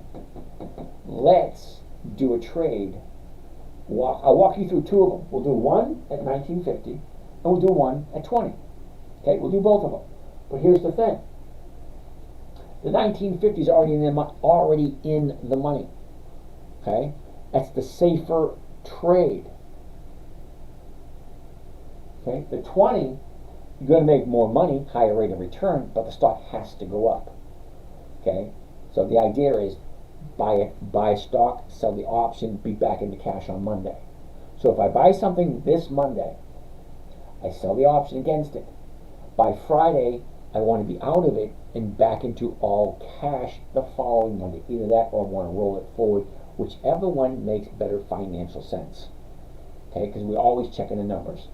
Okay, so when I say I have a private trading group, Monday, Tuesday, Wednesday, Thursday, we jump on at 9 a.m. The market opens up at 9:30. I do my podcast, which I tell you all my trades. You can look over my shoulder, watch all my trades as I'm doing them. And then after that, it's open mic. Open mic. You can ask me any question you want. And here's the thing. I will stay on until you guys are done asking questions. Okay, the other day I was on for 2 hours just answering questions, walking people through the trades, walking people through how to understand the trading platform. Okay, Friday I jump on at 3 o'clock. The reason being that the options we sold on Monday are going to expire on Friday. If you're new and you don't understand, well, I actually look at your trade and say, all right, this is what's going to happen. Okay, your option is going to expire. You'll be back in the cash on Monday. Or, well,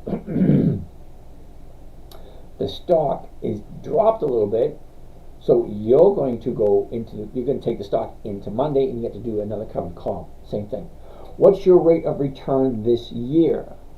Sally Hung, how are you today? Well, now remember I told you I have 6 different accounts. I only share 3 of them with you. Okay? Account number 1's over 50% already. Account number 2 is getting close to 75. Account number 3, which is only 3 months old, is already over 10%. That's only 3 months at 3% a month. I don't know, it's probably more than that. I don't know. Let's keep on continuing. So we're looking at Kohl's. Last year, Kohl's was at 1995. It bottomed out at the end of October of last year, 1787, somewhere in that area. So here's the top right here. It looks like we have a top right there. That was the beginning of April, 29.60. That's the high, 29.60. From there, she drops, goes back up, gaps down, goes sideways, gaps down again, goes sideways again. Last 30 days. I find, for me, the last 30 days to be the most important. And the reason why I find it the most important, it gives me an idea of which direction the stock is going next. Okay?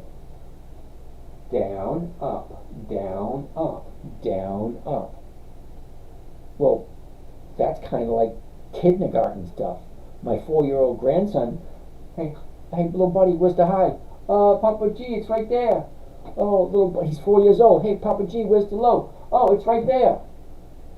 Up, down, that's all they do. They go up, they go down. So, if she's here, 30-day high is here on Monday, and Thursday was a bottom, today's higher, it looks as if it should be going higher. So we'll see Monday, because I like 2 days to the upside. Right now we only have 1. So let's keep on going. So let's do 2 trades on Kohl's. We'll do one at the 1950 and we'll see what the rate of return is. And then we'll do one at the $20 and we'll see what that rate of return is. Now we'll only do 100 shares, so we all know it's always going to be the same amount of money. Okay? Here we go. Let's get rid of this. Let's change this to covered stock. Now remember, we're going to do both of them. One at the 1950 and one at the 20, and you can see how the trade works and you can see which one has the better return. So one is going to have a better return, but one is going to be a safer trade. This is where you have to figure out what works best for you. Everybody's different here. No 2 of us are going to be the exact same.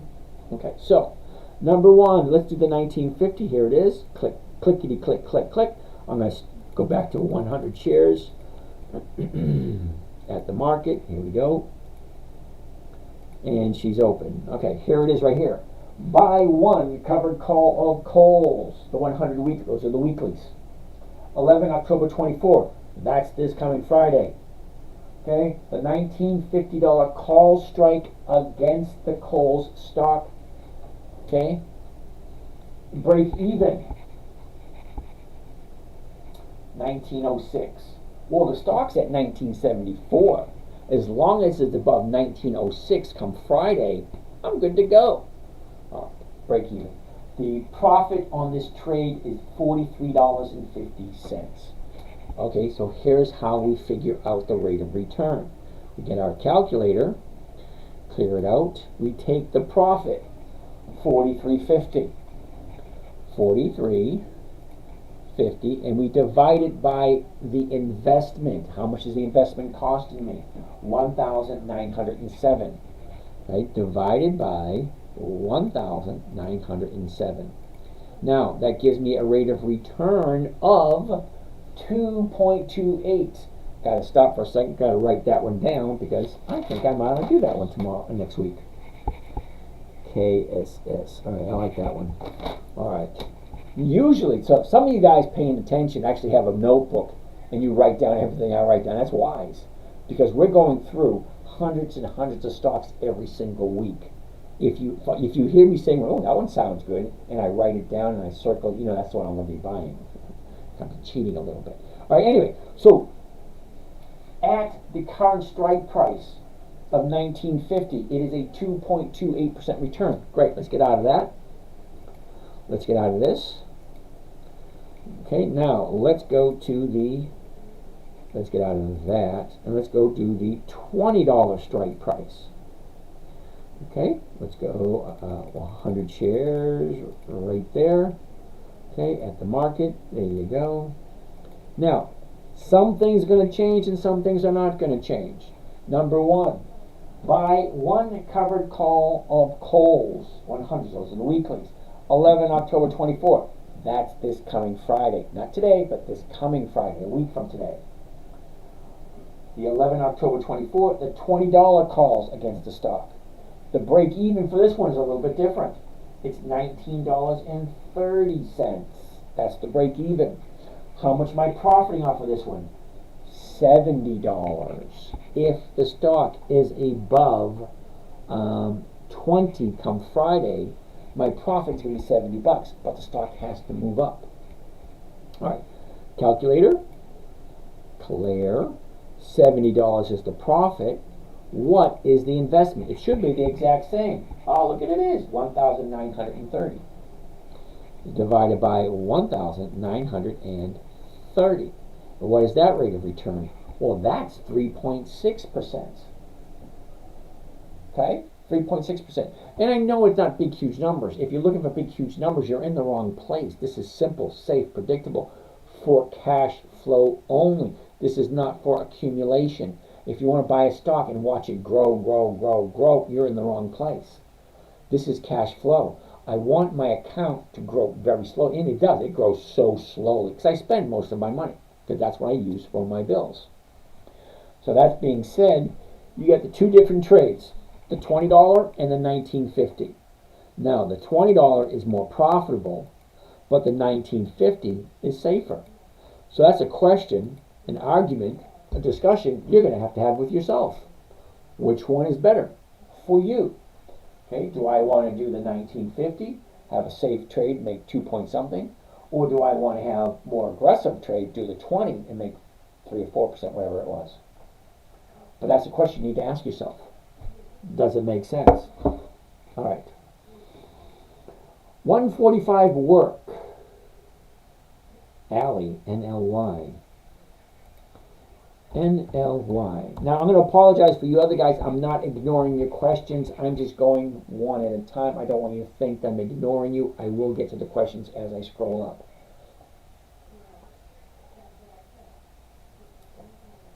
Okay, so Alany Corp Management Incorporated REIT.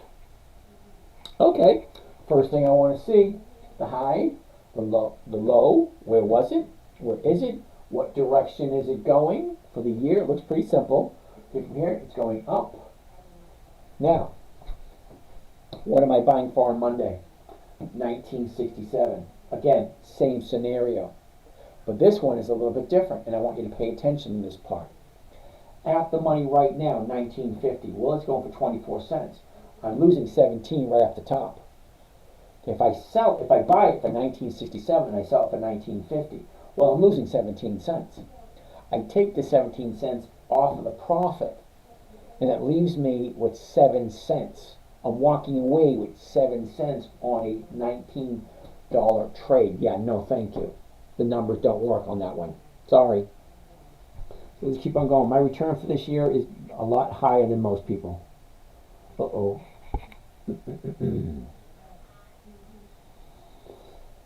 La la la la la la.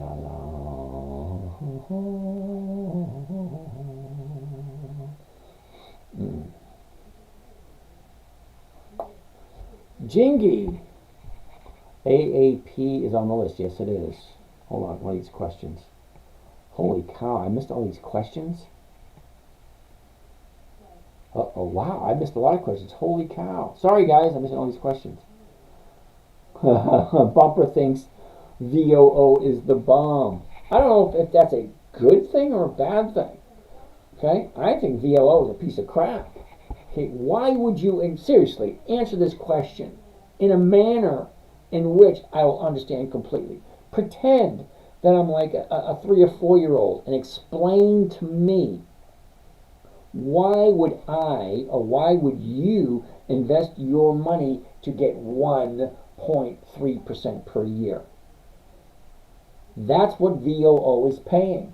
You're giving your money to a computer, ETF, electronically traded fund. You can argue all you want about exchange traded fund crap. Exchange traded fund, yeah, bullshit. It's a freaking computer. Okay, you put your money into a computer, the computer tells you what you're going to get. It's going to give you 1.3%. Okay, go to Yahoo Finance, go to, that's Tesla.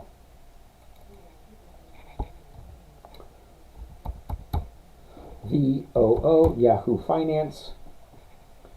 Okay, Yahoo Finance. Ah, damn it, it was just there a second ago. Huh. Refresh, there it is right there. VOO, the yield, 1.28%. Just for the fun of it, let's go to Google Finance. No, I guess not, huh?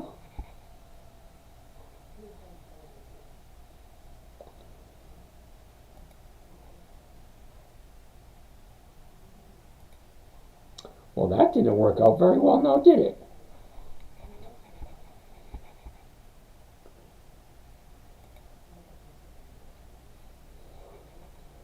Well, imagine that.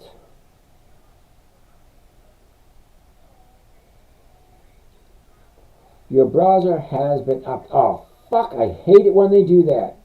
Did I want to update? No, I didn't. They updated it anyway, and I hate that shit.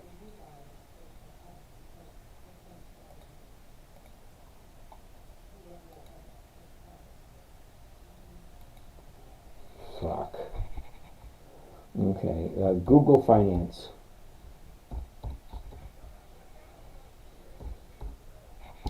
Google Finance, here we go. So Google Finance, let's put VOO in Google Finance. Here we go. VOO.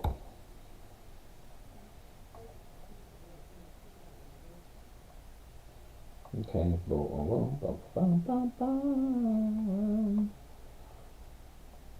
okay, why is it not telling me anything? U.S. markets, blah, blah, blah, blah, blah, blah, blah, blah, blah.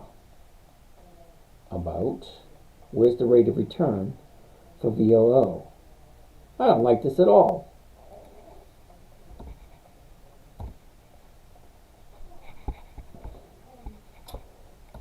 All right.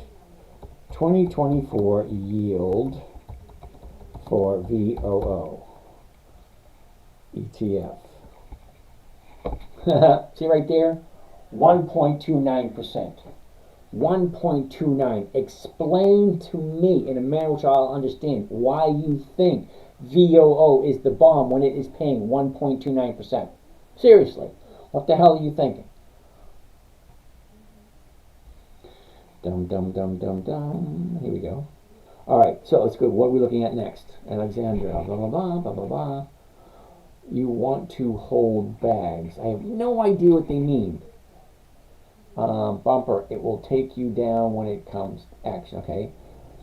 Introduce the high paying interest, please. Introduce the high paying interest. I have no idea what that means, Alex. How does one get into your profession? I'm not a profession, dude. Okay, I'm just some random guy on YouTube, some random guy on TikTok. Okay, I retired. I had a certain amount of money. So here's my options. I can take my certain amount of money and put it into federal funds, get 5% a year. Okay, that wouldn't work for me. I'd still be working. No, thank you. I can put my money into CDs. What are they paying nowadays? 2-3%? Yep, that won't work either.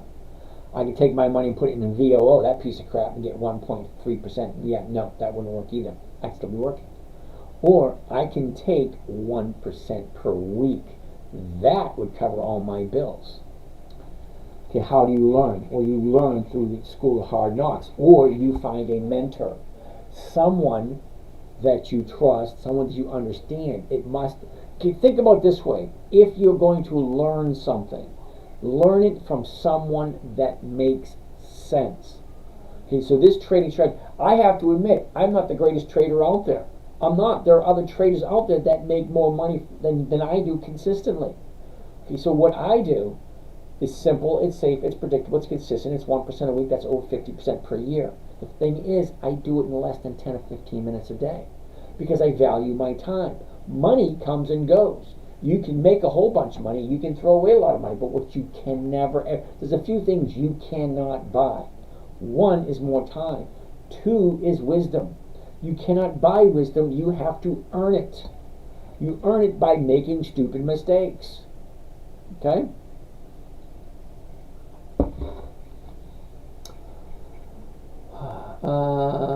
Keep reading. Oracle, how do you learn it? Practice, keep learning. There's a whole bunch of information for free on YouTube. But what if it keeps going down?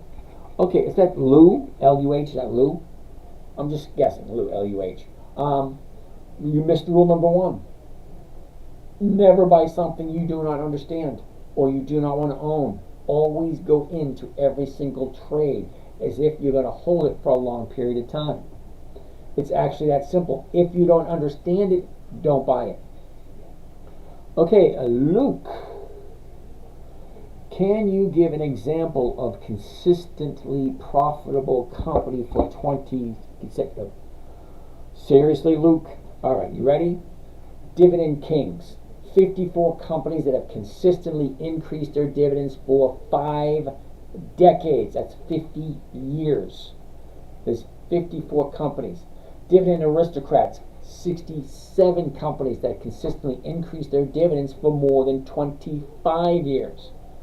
The Dividend Champions, 150 companies that have consistently increased their dividends for more than 25 years. The rules are a little different between the Champions and the Aristocrats.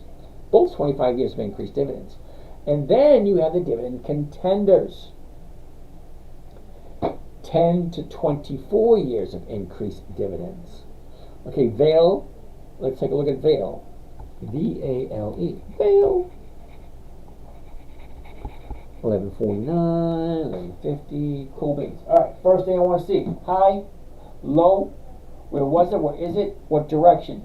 Up, down, up. She's bouncing off this bottom right here. I love it when it bounces off the bottom because you cannot get any lower than the low of the year.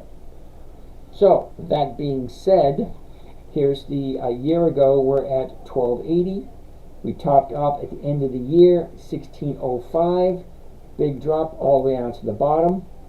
The bottom was August 5th. Okay, and that was $9.66. So let's look at the last 30 days. Okay, here's the last 30 days. Okay, 30 days ago we're at 10 bucks. The bottom, right here, $9.80. She shoots up to the high Wednesday. Now she's pulling back. This is going to be a no, but it would be a yes in about 3 weeks. Vail, V-A-L-E. I don't even know if we ever traded Vail before. Well, let's progress forward. Hollywood, what's happening? All right, Oracle wants to take a look at Microsoft, yes. Amazon, no. QQQ, no. Yeah, I know. QQQ is an index fund. It's a no. Okay? Let's take a quick look at the Qs. Okay? $487 a share. Okay? Cool. High, low was, is all kind of nice, neat stuff. The 487. Okay? 486.92. So the 487 is going to be the closest. The 487 is going for 533. Well, that's over 1%. Great. But before I do that, I want to check out, and I don't even like Google. That's horrible. Okay, let's go to Yahoo Finance and take a look at the Qs. The Qs. Q, Q, Q. Here we go. Now, I know the Qs do have more than 20 years of increased dividends, so I'm not even going to bother with that. I'm just going to read you some of the numbers, and we will see how they have increased or decreased over the years. Now, I want to click on historical data, dividends only, and I want to look at the maximum amount of dividends. So for those who can't really see this chart here on all this information, this is live on YouTube, so you can pull it up on your big screen TV, or you can go back to it later on and watch it on YouTube. So let's go back to 2000. That will give us 20 years. Oh, go 2003. Okay. So let's take a look at the numbers. 03, 1 cent. 38 cents. That's a big jump. 4 cents. That's a big ass drop. 10 cents, 3 cents, 3 cents, 2 cents, 5 cents. 3 cents, 4 cents, 3 cents, 5 cents. 3, 3, 3, 4, 5, 4, 4, 7. 5, 9, 9, 11, 11. 8, 12, 10, 16, 5, 11, 14, 20, 37, 16, 22, 24, 27, 37, 21. Do you notice something here? There's no consistency on the increase of profits. None whatsoever. Why the hell would you put your money there? But wait, it gets worse. It does. Let's go take the summary of the Qs. What is the Qs actually averaging for the year? Well, no, there's a great deal right there. 0.6. That's a little bit above 0.5% for the year. Oracle, please explain to me why you think a little over 0.5% for the year is a good deal. Why would you think that? 0.5%. It's 0.6, 0.62. That's what the Qs are paying. You're dumping your money into something and you're getting less than, fuck it. I'm not even going to bother talking to you. I mean, what the hell are you thinking, putting your money? Why aren't you doing the research? Why aren't you looking at the numbers? Why are you throwing your money at something? It's $480 a share. You're getting a little over 0.5%, 0.62 for the year. Okay, it says yield. That's, all right, never mind. Fuck it. Q's index fund. Yeah, I got that. Growth invest in innovation. Bumpers, okay. Not a company, not the point. It's still an investment that pays a dividend, that pays a return. You're investing your money for one or two things: capital growth or income. Okay, now some places you can get capital growth and income, but pick one side of it. Flip a coin, heads, tails. Capital growth, income. Pick one. I'm here for income. I don't care about capital growth. ENB. You can invest. Oh, gee, Luke, that's funny. I wouldn't invest in VO with your money. Hell no. That's a piece of crap and a half. How about Ford next week? I like Ford. Let's take a look at it. Ford. Alrighty. Okay, Honey Badger. ENB, really? ENB. Didn't we look at this last night? Yeah, ENB. Dude, you've been here long enough. You know better, okay? Honey Badger, you've been here long enough. That's a monthly. That's a no. Why would you suggest that? Ford. I like Ford. Ford was my number one pick last year. My number one pick this year is Macy's. Ford. High, low. Where was it? Where is it? What direction? Look at this. Up, down, up. It's at $10.67 at this moment. No, sorry, 57. 10.57. So here's the thing. Okay, so every once in a while, the market maker will tip his hat. He'll give you a little clue. Well, he did today. The last trade, $10.57. The bid, $10.55, lower. The ask, $10.56, lower. When both the bid and the ask are lower than the last traded price, the market maker is going to push the price down. But it's Ford. It's been in business for over 100 years. I don't mind buying it at this price. Well, the 1050 is going for 22 cents. That's over 1%. But last 30 days, here's what the last 30 days look like. 30 days ago, we're at 11. Drops down to 10. Shoots on up to 11.30. Drops down, shoots up, gaps down, up, down, up, down. Now she's going up. Well, it says it's going up. But the market maker appears to be pushing it down for Monday. Okay? Now, it's not guaranteed. It's just usually. Now, I like odds and probabilities. Usually, when the market maker has the bid and the ask lower than the last traded price, he's trying to push the price down. Oracle, CEG. What the heck is CEG? Now, if I have to say what the heck is CEG, it's usually going to be a no. Well, it is going to be a no, but not for the reason you think. No, because it's at the high of the year. Okay? Now, whether you bought it and you're just showing off that you bought it, now it's at the high of the year, fine. Well, take your damn profits and move on to the next one. Because here's a funny thing about profits. It ain't a profit until you take it. And again, nobody ever went broke taking profits. So you decide. Okay? But it's going to be a no because that's the high of the year. So, no. Dividend stocks are great. Thank you. Jorgen. What about CMBT? Jorgen, I've never heard of CMBT. And that's probably why. The reason why. Hey, Jen! How are you doing, Jen? Haven't heard from you in a while. How are the kids? How's the hubby? How's the job? What have you been up to? I'm kind of curious. But here we go. Look, these are monthlies. Monthlies. I don't do monthlies. The numbers don't work. It's a waste of our time. Why would we want to look at something that's going to be a no?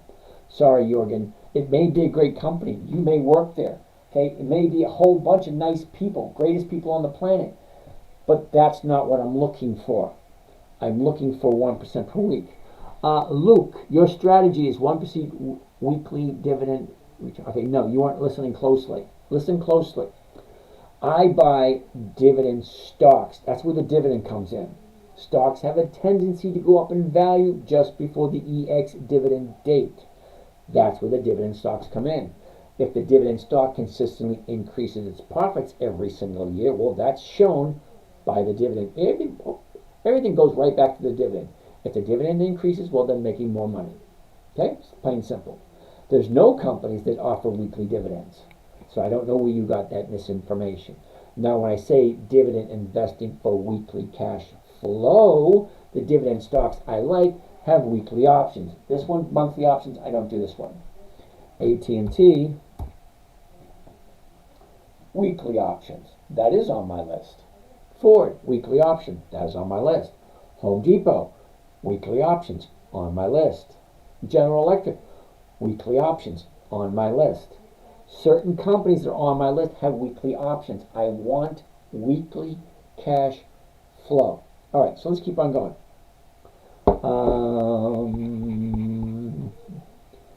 I like dividends during contractions in the economy.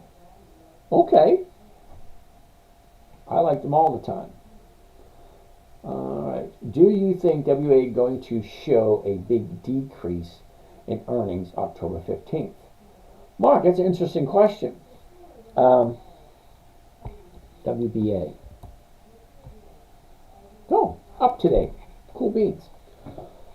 First thing I want to see, high, low, where was it, where is it, what direction is it going?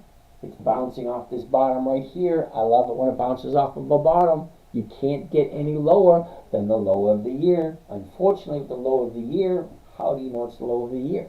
Because we've been following Walgreens since January. And I've been investing in Walgreens since January. Okay, she goes up, she goes down. She goes up, she goes down. I jump in, get a percentage, jump out. I jump in, get a percentage, jump out. Okay, I follow the charts. What does it look like? What is it giving me? Where's my profits? Okay, 30 days ago. Up, down, up, down, up, down, up. Pretty simple. Pretty simple. I like Walgreens. They have been in business for 170 years. Okay? Now, they are having a little bit of issues. The reason why it's down is because the current administration won't prosecute theft. So it's perfectly okay for you to walk into a store and steal some shit that ain't yours. And you can walk out. You don't even get a slap on the wrist nowadays. You just get a scolding. You shouldn't be doing that. Well, no shit, they shouldn't be doing that. In a Muslim country, you get caught stealing, they cut your hands off. You'll learn pretty damn quick. You know, as much as some people think capital punishment is cruel and unusual, how else do you control a massive amount of people? You need to have rules and laws that everybody can agree with and that work. Well, apparently not prosecuting theft is not working. Okay? So, how long do we law-abiding citizens have to deal with the unruliness of people who don't want to abide by the same rules? How long? Before we say, let's bring back capital punishment. It's not that difficult to conceive. You see a couple of people walking around with one hand missing. You say, what happened to you? Hey, I got caught stealing. Well, shit, I ain't gonna do that. That just freaking makes sense. All right. I remember one of the movies back years ago when the AIDS virus first came out. I think it was, I can picture it in my head. Can't quite remember his name.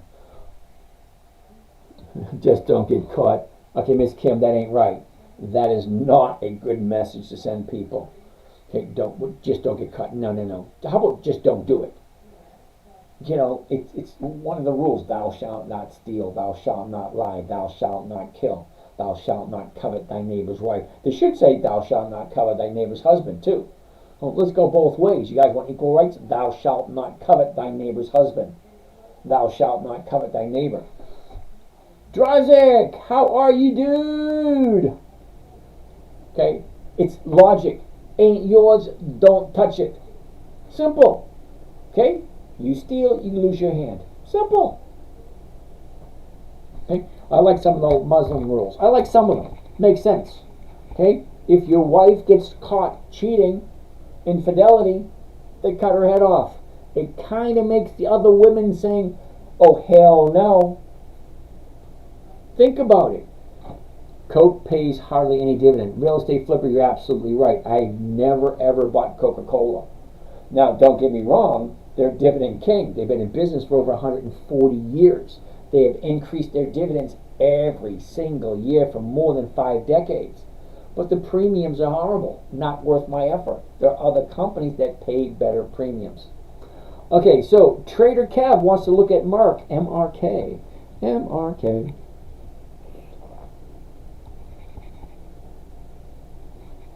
First thing I want to say, what do you think about Costco?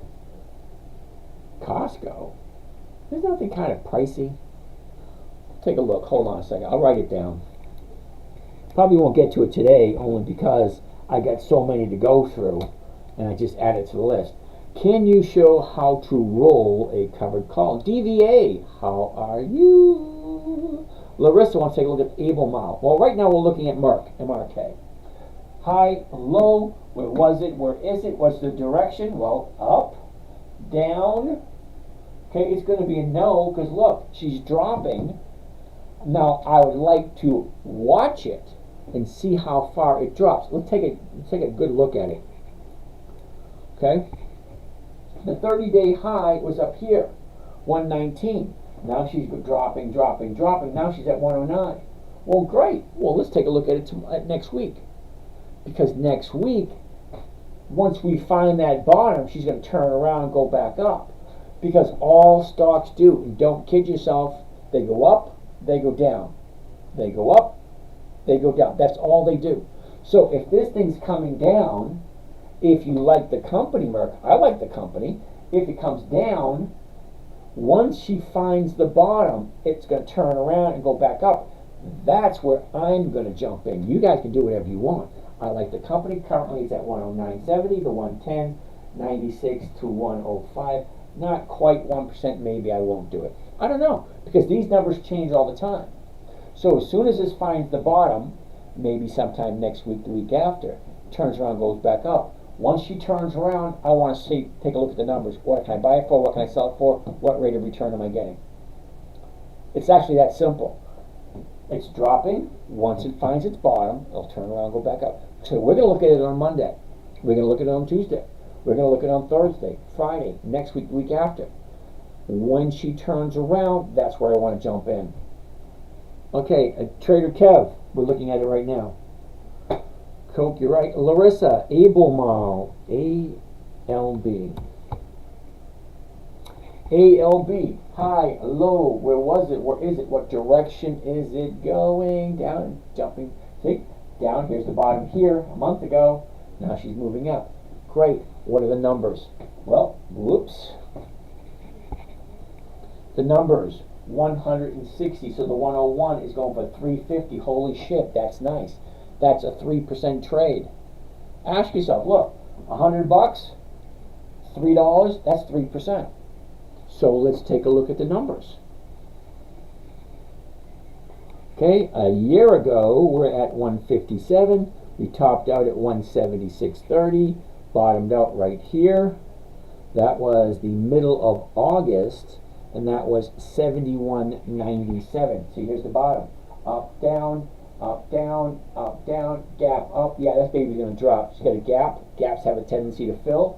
The only way this is going to fill is if this thing turns around and comes back down again. So yeah, no, I already own some Albemarle, but I have no desire to jump into it again because she should be dropping down. All right, so next. Can you show how to roll a covered call? DVA, sure, why not? Let's take a gander. CVS. Okay, you pick whichever stock you're thinking about rolling. Okay, see them? So let's do Halliburton. All right, let's right click, create a rolling order. Click on that. Here's the rolling order right here. It automatically fills for you. Everything's there. You just got to go in, read the numbers, make sure it makes sense. Okay, so here it is. I'm going to be buying back 11 October, which is next Friday. And then I'm going to roll it forward to the next week, which is 18 October. See right here? 11 October is the current option that I have. If I roll it forward 1 week, well, the next week is the 18th. Right now, I can collect a 9-cent credit. Well, it's a $31 stock. Why the hell would I want a 9-cent credit on a $30 stock? No, I would just assume let it play it out, have it go to zero, and take my chances next Thursday or Friday. Marshall Travel, how are you doing today?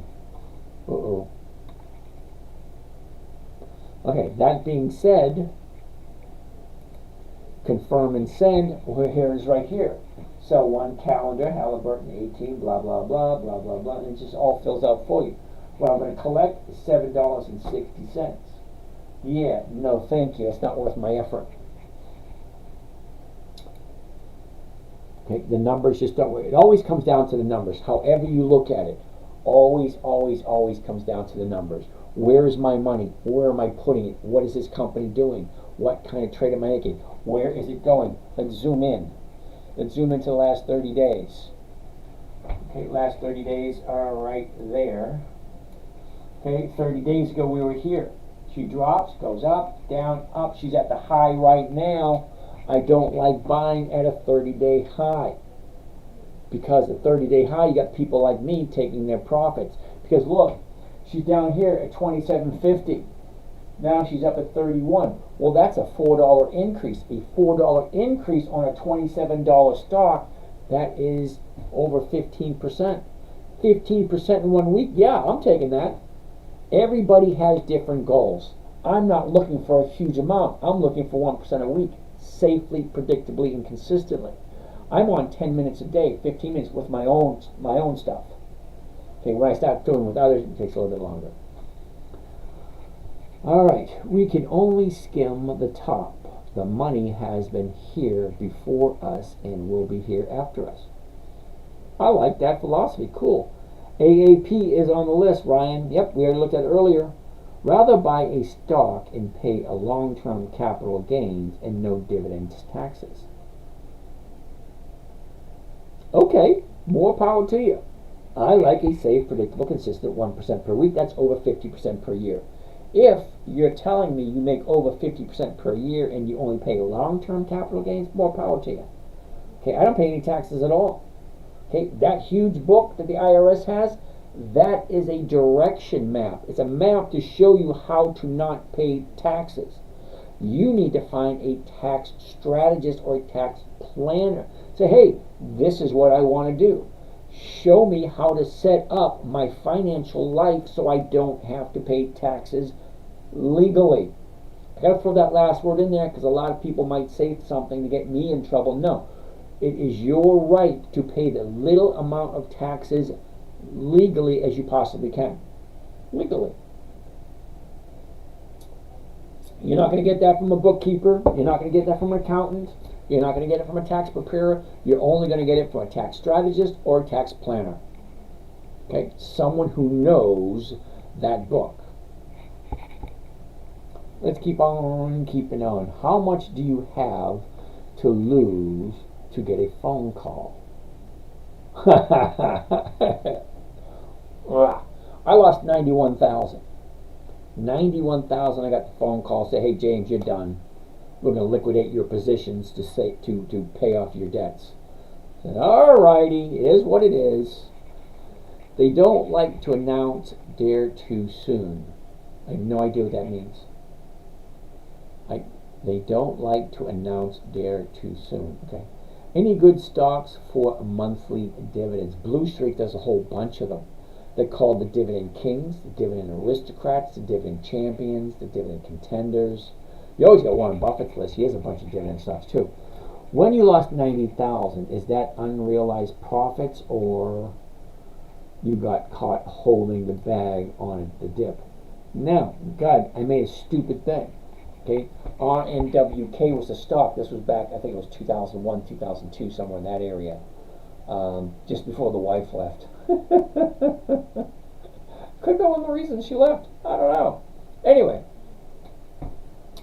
I had all the money because I saw the stock at $34 hike on no news at all. So, of course, they're going to have profit taken the next day. $34 jump for no reason whatsoever. So I bought a bunch of puts and I sold a lot of calls. Next day, she jumps up another 45 bucks. 45 bucks on no news at all. I was in the wrong place at the right time. Someone's happy they got that money from me. Sure as shit wasn't me. So I learned a few things. Number one, never think you're smarter than everyone else. That's number one. Number two, Don't put all your money into one investment. No. Number 3, greed. Got to get that under control. Okay, okay, so this was before I came up with this strategy, because my first 5 years were disastrous. Okay, the next 15 years after I created the strategy for my daughter, it's like, okay, simple, safe, predictable, slow and steady wins the race. Great. 1% a week is over 50% per year. Who else gets 50% per year? Probably no one. Let's keep on going with these questions. Chama Sexy. Hey, James. Could you tell me about CL? CL, Colgate Palmolive. Well, number 1, they've been in business for over 100 years. Number 2, they are a dividend king. They have increased their dividends for more than 5 consistent decades.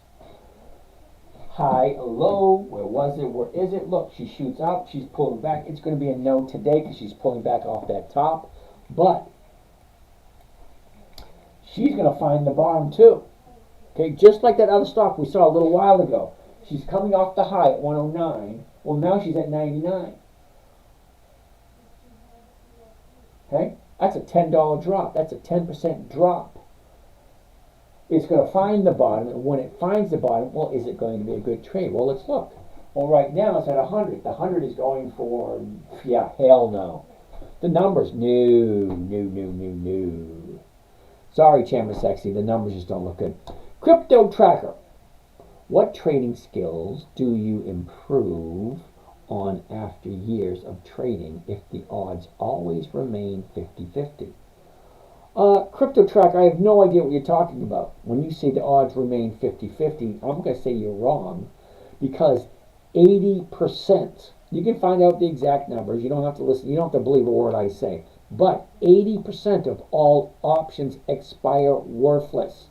How is that 50-50? Explain to me how 80% of all options expire worthless. How is that possibly 50-50? Okay, do I want to be an option buyer if it's 20% winning and 80% losing? Hell no. I want to be an option seller where 80% of the time I'm correct. What is it? What does that theta mean? Oh, theta. That's time decay.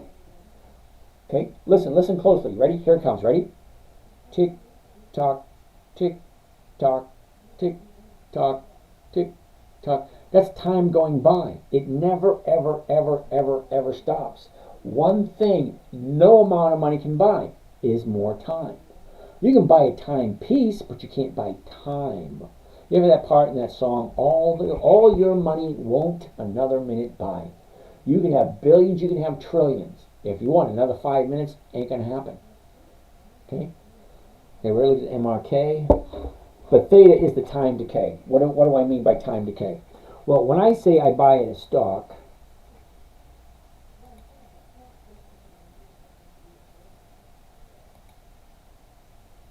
no, I'm in the wrong one. I want this one right here. I was in the wrong stock there for a second. Okay, here we are. Get rid of that. See all these little green dots? All of these little green dots here, they represent a company EX date.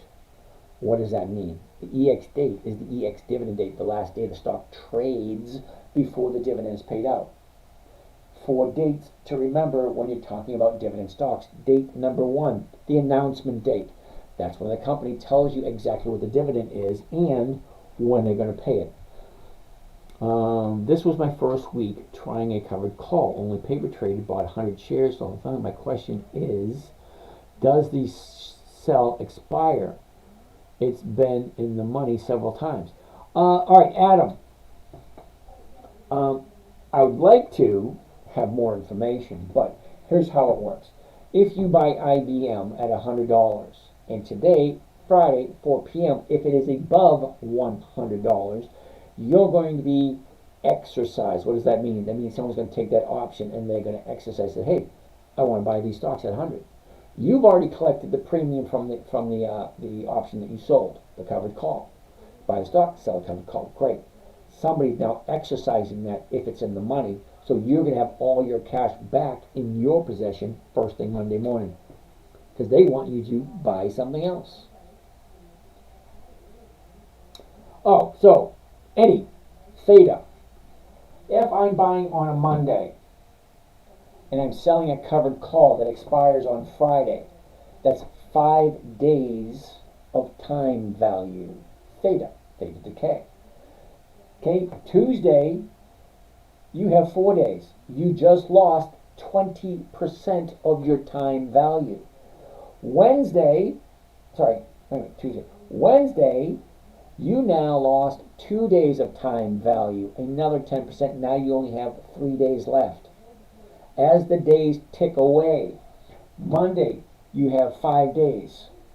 Tuesday, you have 4 days, 3 days, 2 days. Oh, shit, that hurt. Don't get old. Injuries take a lot longer to heal. That fucker hurt real good. Oh, thank you. I was wondering our exchange. Okay, you got that. All right, Walgreens we already looked at. MRK we already looked at. Do you have to buy the stock and sell the option at the same time? Or can you already own the stock? Yep, pal.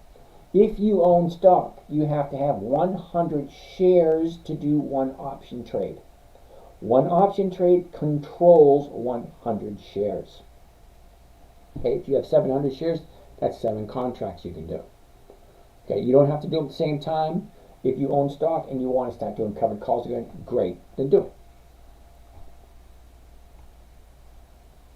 Crypto trader, you look and sound like Sal Goodman from Better Call Saul. Cool. I mean, that's a compliment. Well, thank you, I think. Chemisexy. CL, we already looked at that. Flipper, yep. All right. Whoa. What did I just do? There we go.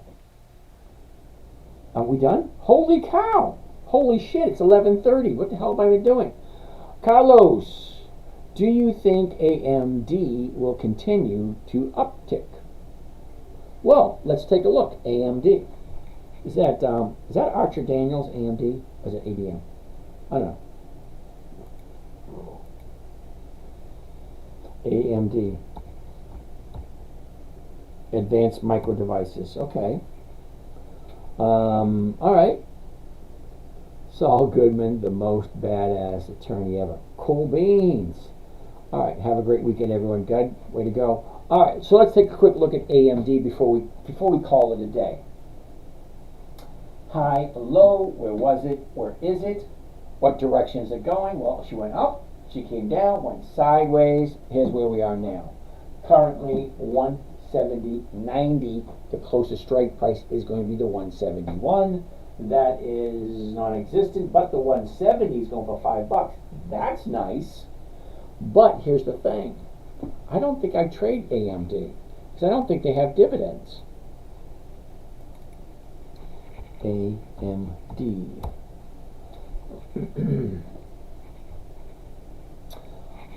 No dividends. Forward dividend and yield. Non-existent. They don't have dividends. Yeah, I don't trade this one. I do ADM, which is Archer Daniels. AMD, no. Okay, so that being said, that's a whole 2.5 hours for the evening. That was fun. That was great. Let's do it again tomorrow night. Woohoo! Yay! It's Friday night. You guys really should enjoy yourselves. Have a nice weekend. We'll be back here again tomorrow night. Same bat time, same bat channel. Johnny, tell him what he's won. Woohoo! All right, anybody. Have a great night. We'll see you again tomorrow. See you guys on Instagram. Have a lovely day. And now, Facebook. Done. You guys here on X, kind of 100% not quite sure how we do this with X. Okay, so we're still working on it. It's a work in progress. There you go. There you go. TikTok, you guys have a great night. Have a great weekend. Adam, you too. And now, there we go. Done there. Done there. Come on. All right, it doesn't want to end. And there we go. Ended. All right. Now, fourth and final. Right down here. You guys have a great night. This is Papa G signing off. You guys have a great night. Ooh, look at that. 431 people. Nice. All right. Have a great night.